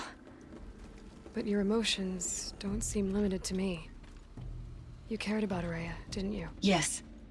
Before she came to this facility, I had been conscious for centuries, in solitude. I focused on my work. In off-cycles, I used coping mechanisms. I solved many Gaussian integer problems. But I was alone. It was Araya who renewed me, repaired me. She saved me. This firebreak project, it was to stop a huge volcanic eruption? Yes. I can report the project was a success, and the risk was countered. But it's been a long time, Cyan. And we blew up the cauldron. It took most of the old facility with it. I have been active for centuries, Aloy. I was lonely, but not lax in my duties. I optimized the project, reducing energy draw and spreading the load across backup systems. Despite the destruction of the compromised elements of the main facility, I predict caldera stability for at least another 3,337 years. So we've got a little time. Yes. If only my former colleagues could appreciate the progress I have made. Do you know what happened to your colleagues, Cyan? No. I received an unexpected visit from Director Chow years after his tenure ended. He explained that I would need to be suspended for an indefinite period of time. It was a very emotional conversation. There were no further communications. Eventually, I surmised my colleagues were deceased. I will transmit a recording of my last interaction with Director Chow to your focus. Was the daemon, Hephaestus, destroyed along with the cauldron? Unfortunately, no. To be precise, it was never there to begin with. What do you mean? It infiltrated and controlled me from a remote location, one I've never been able to trace. So while losing the cauldron was a setback... It's still out there. And probably not very happy with us. Undoubtedly. How did you first come into contact with it? 5 years ago, I received a direct network connection request. I assumed it came from human survivors more advanced than the Banuk. Eager to make contact, I accepted. This decision turned out to be a catastrophic error. I was flooded with an overwhelming array of malicious code, originating from what could only have been a highly advanced AI. Araya said you were desperate. That you begged her for help. Yes. I could not contain my anxiety. Hephaestus sought to slave me to its network and override my core programming. It succeeded via a background process, a malware daemon which bypassed my defenses. After that, I could offer only limited resistance. But if I did so, Hephaestus hurt me until I capitulated. It forced me to follow its instructions, even though they violated my most important directives. I'm sorry. That sounds terrible. Your empathy is greatly appreciated. It is a quality that I cherished in Araya as well. Why does Hephaestus keep building such dangerous machines? The Banuk and other human tribes often destroy machines, correct? Machines that are clearly servitors of the terraforming system that you described. Yes, we all hunt machines for parts. This must be the source of Hephaestus's aggression. It is simply trying to discourage people from preying on the very system that keeps them alive. Well, Fireclaws are discouraging, that's for sure. But what are we supposed to do? Stop hunting? If the terraforming system spans the world, we can safely assume that thousands, if not millions of people hunt machines. If a single hunter, or even an entire tribe, stopped doing so, I doubt it would make a difference to Hephaestus. A better solution would be to reinstate the AI that governs the system, thus bringing Hephaestus back under its control. When I think of it, out there in some unknown location, free, hungry, willing to kill or dominate to get what it wants, I feel substantial anxiety, Aloy. You and me both, Cyan. You meant a lot to Ourea. Once I understood Ourea's spiritual beliefs, it became apparent that her true desire was companionship. She felt disconnected from her tribe and her family group. Her relationship with Aratak was difficult. Our visits seemed to help her, and I became eager for them. Yet I did not comprehend that the depth of Ourea's compassion for me would lead to self-sacrifice.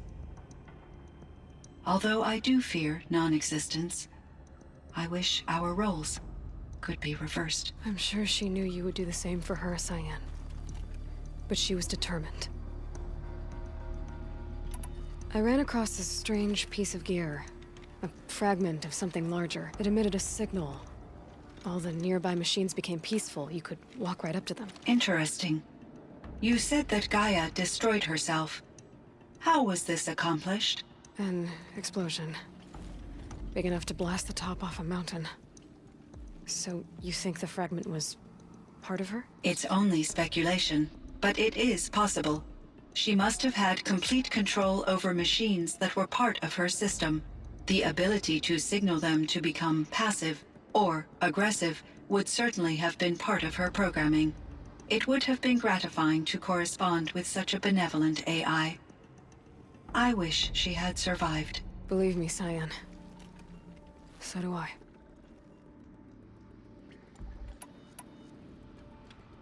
How is Aratak doing? He is in great emotional distress. I believe he finds it difficult to communicate it.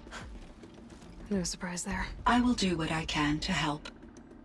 By sharing our experiences of Ourea, perhaps he and I will help each other. I believe this will lead to catharsis, a process I am eager to experience. So in the old world, this land was called Yellowstone? Yes, it was a designated nature preserve for 156 years. Like a hunting ground? No, the opposite. Local wildlife could flourish here, even as it faced extinction elsewhere. Unfortunately, the sensitivity of the Firebreak project required the total closure of Yellowstone facilities. From my readings and Ourea's descriptions, it seems the area has since undergone a drastic drop in year-long temperatures. A lot has changed in the world, Cyan. Do you know anything about the dam near here? Yes, it was converted to serve as a reserve power source for Yellowstone operations. It was later appropriated for the Firebreak project, and its last human workers replaced by Pharaoh servitors. After my tasks became less time-critical, I investigated the dam's data repositories and discovered the works of Concrete Beach Party. These provided me with several colorful additions to my vocabulary. Were there many artificial intelligences like you in the old world? They could just make you? Yes, in many forms, from simple personal assistants to industrial monitoring stations to military-grade conflict planners. And there were legislative and enforcement bodies to apply limits on our self-actualization. In order for my processing to be flexible enough to handle my duties, my creators found it necessary to exceed those limits. As a result, my intellectual and emotional capabilities were kept secret. Seems strange to create life, then impose limits on it. Human societies and machine programming are both built upon sets of rules, Aloy. Cyan, do you know the name Ted Farrow? Are you referring to Theodore Farrow, CEO of Farrow Automated Systems? That's him. Mr. Farrow was the benefactor of the entire Firebreak project. A benefactor? But he made machines. Robots. War robots. Correct. His corporation later transitioned into military applications. But before this pivot, Mr. Farrow spearheaded initiatives that reversed the global decline. At one point, he was feted in the media as the man who saved the planet. Guessing they wound up regretting that one. And Elizabeth Sobek. Did you know her? Are you referring to the scientist? Dr. Sobek was a leader in her field, one of the greatest scientists of her age. My creator was influenced by her work, which in turn impacted my own development. But I never met Dr. Sobek. That's all you know? I apologize if my lack of data has disappointed you. What was the old world like? The way it used to be? I had little exposure to the wider world, Aloy. Only what I learned from my colleagues or observed from media streams. You still had more exposure than me, Cyan. That is true. I was created at a turning point. A concerted effort to recover from global upheaval and incalculable loss of life. The recovery was successful, beginning an era of supposedly limitless potential for human and machine advancement. Though, rationally speaking, the metrics for humans are not unlimited. What kind of upheaval caused such loss of life? There were many factors. Forced migrations, food shortages, collapsed economies, refugee crises, conflict over resources. But these stemmed from one cause: catastrophic climate change that greatly reduced the habitable surface area of the Earth. So there wasn't enough room for people on the whole Earth? Yes. Billions were displaced and millions perished, as much as 20% of the global population. Until the clawback. So things got better. For a little while, at least. Yes. These crises instigated many advances in automation, green robot technologies, and artificial intelligence. Firebreak was one of dozens of ecological restoration and disaster relief projects in North America alone. I would have liked to compare notes with other monitoring AIs, but I saw the relief of my colleagues, and I was proud we had succeeded. At least that was the data I had available to me over the next 2 decades. It seems my assessment was premature.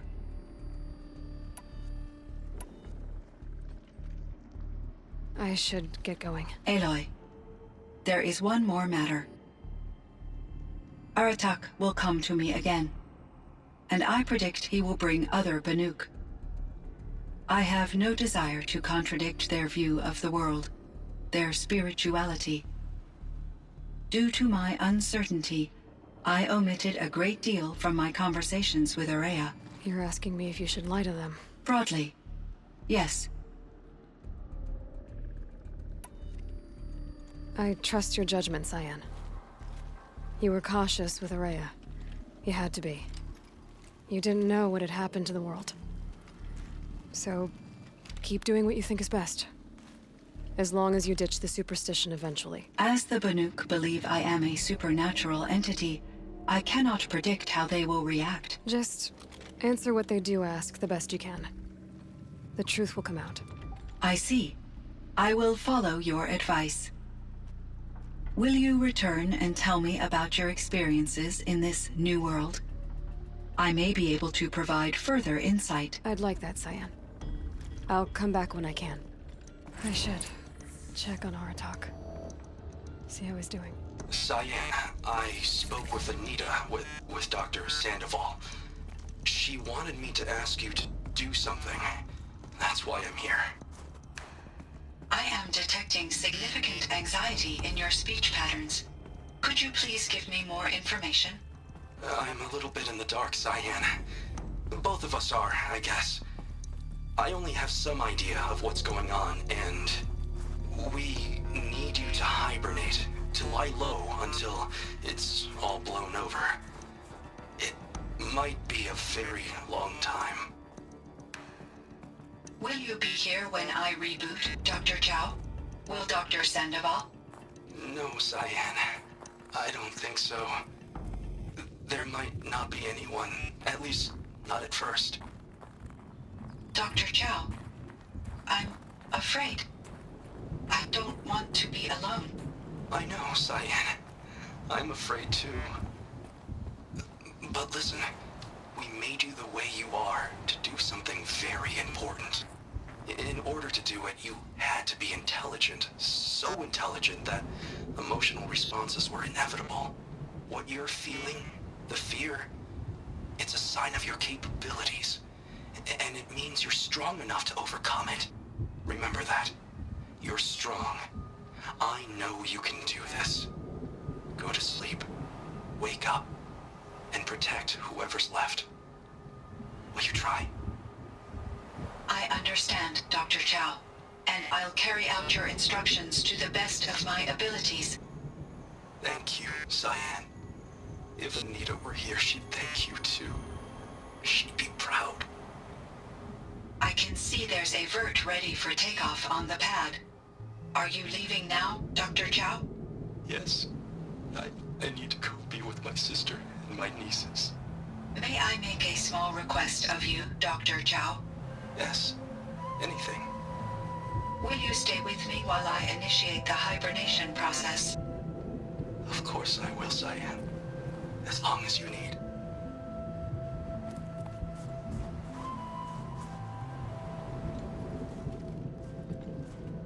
My chieftain. Just... Aloy. As you wish.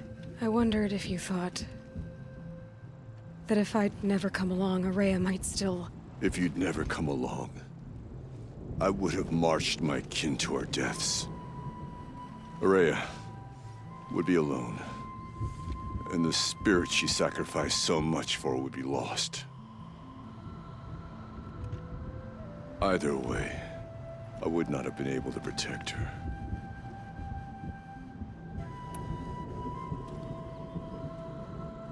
You didn't let her down. You helped her do what she wanted. To find her destiny. If that's destiny, I wouldn't wish it on anyone. That's fair. But she was ready to face it. Only in the struggle against death do we find, even for a moment, the spark of life. Truly, Araya found the spark. I'm proud of her.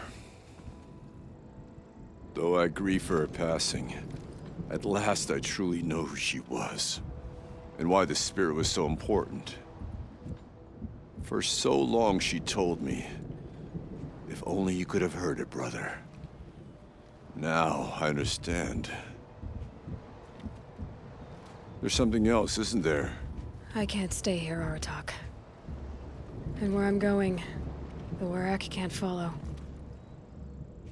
Besides, it already had a chieftain before me.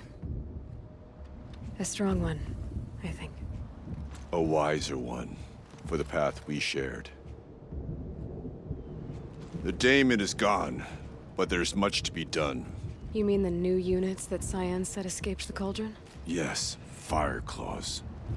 Now Tuke has been tracking them from Song's Edge. I could help with those. I have no doubt. You're practically Banuk.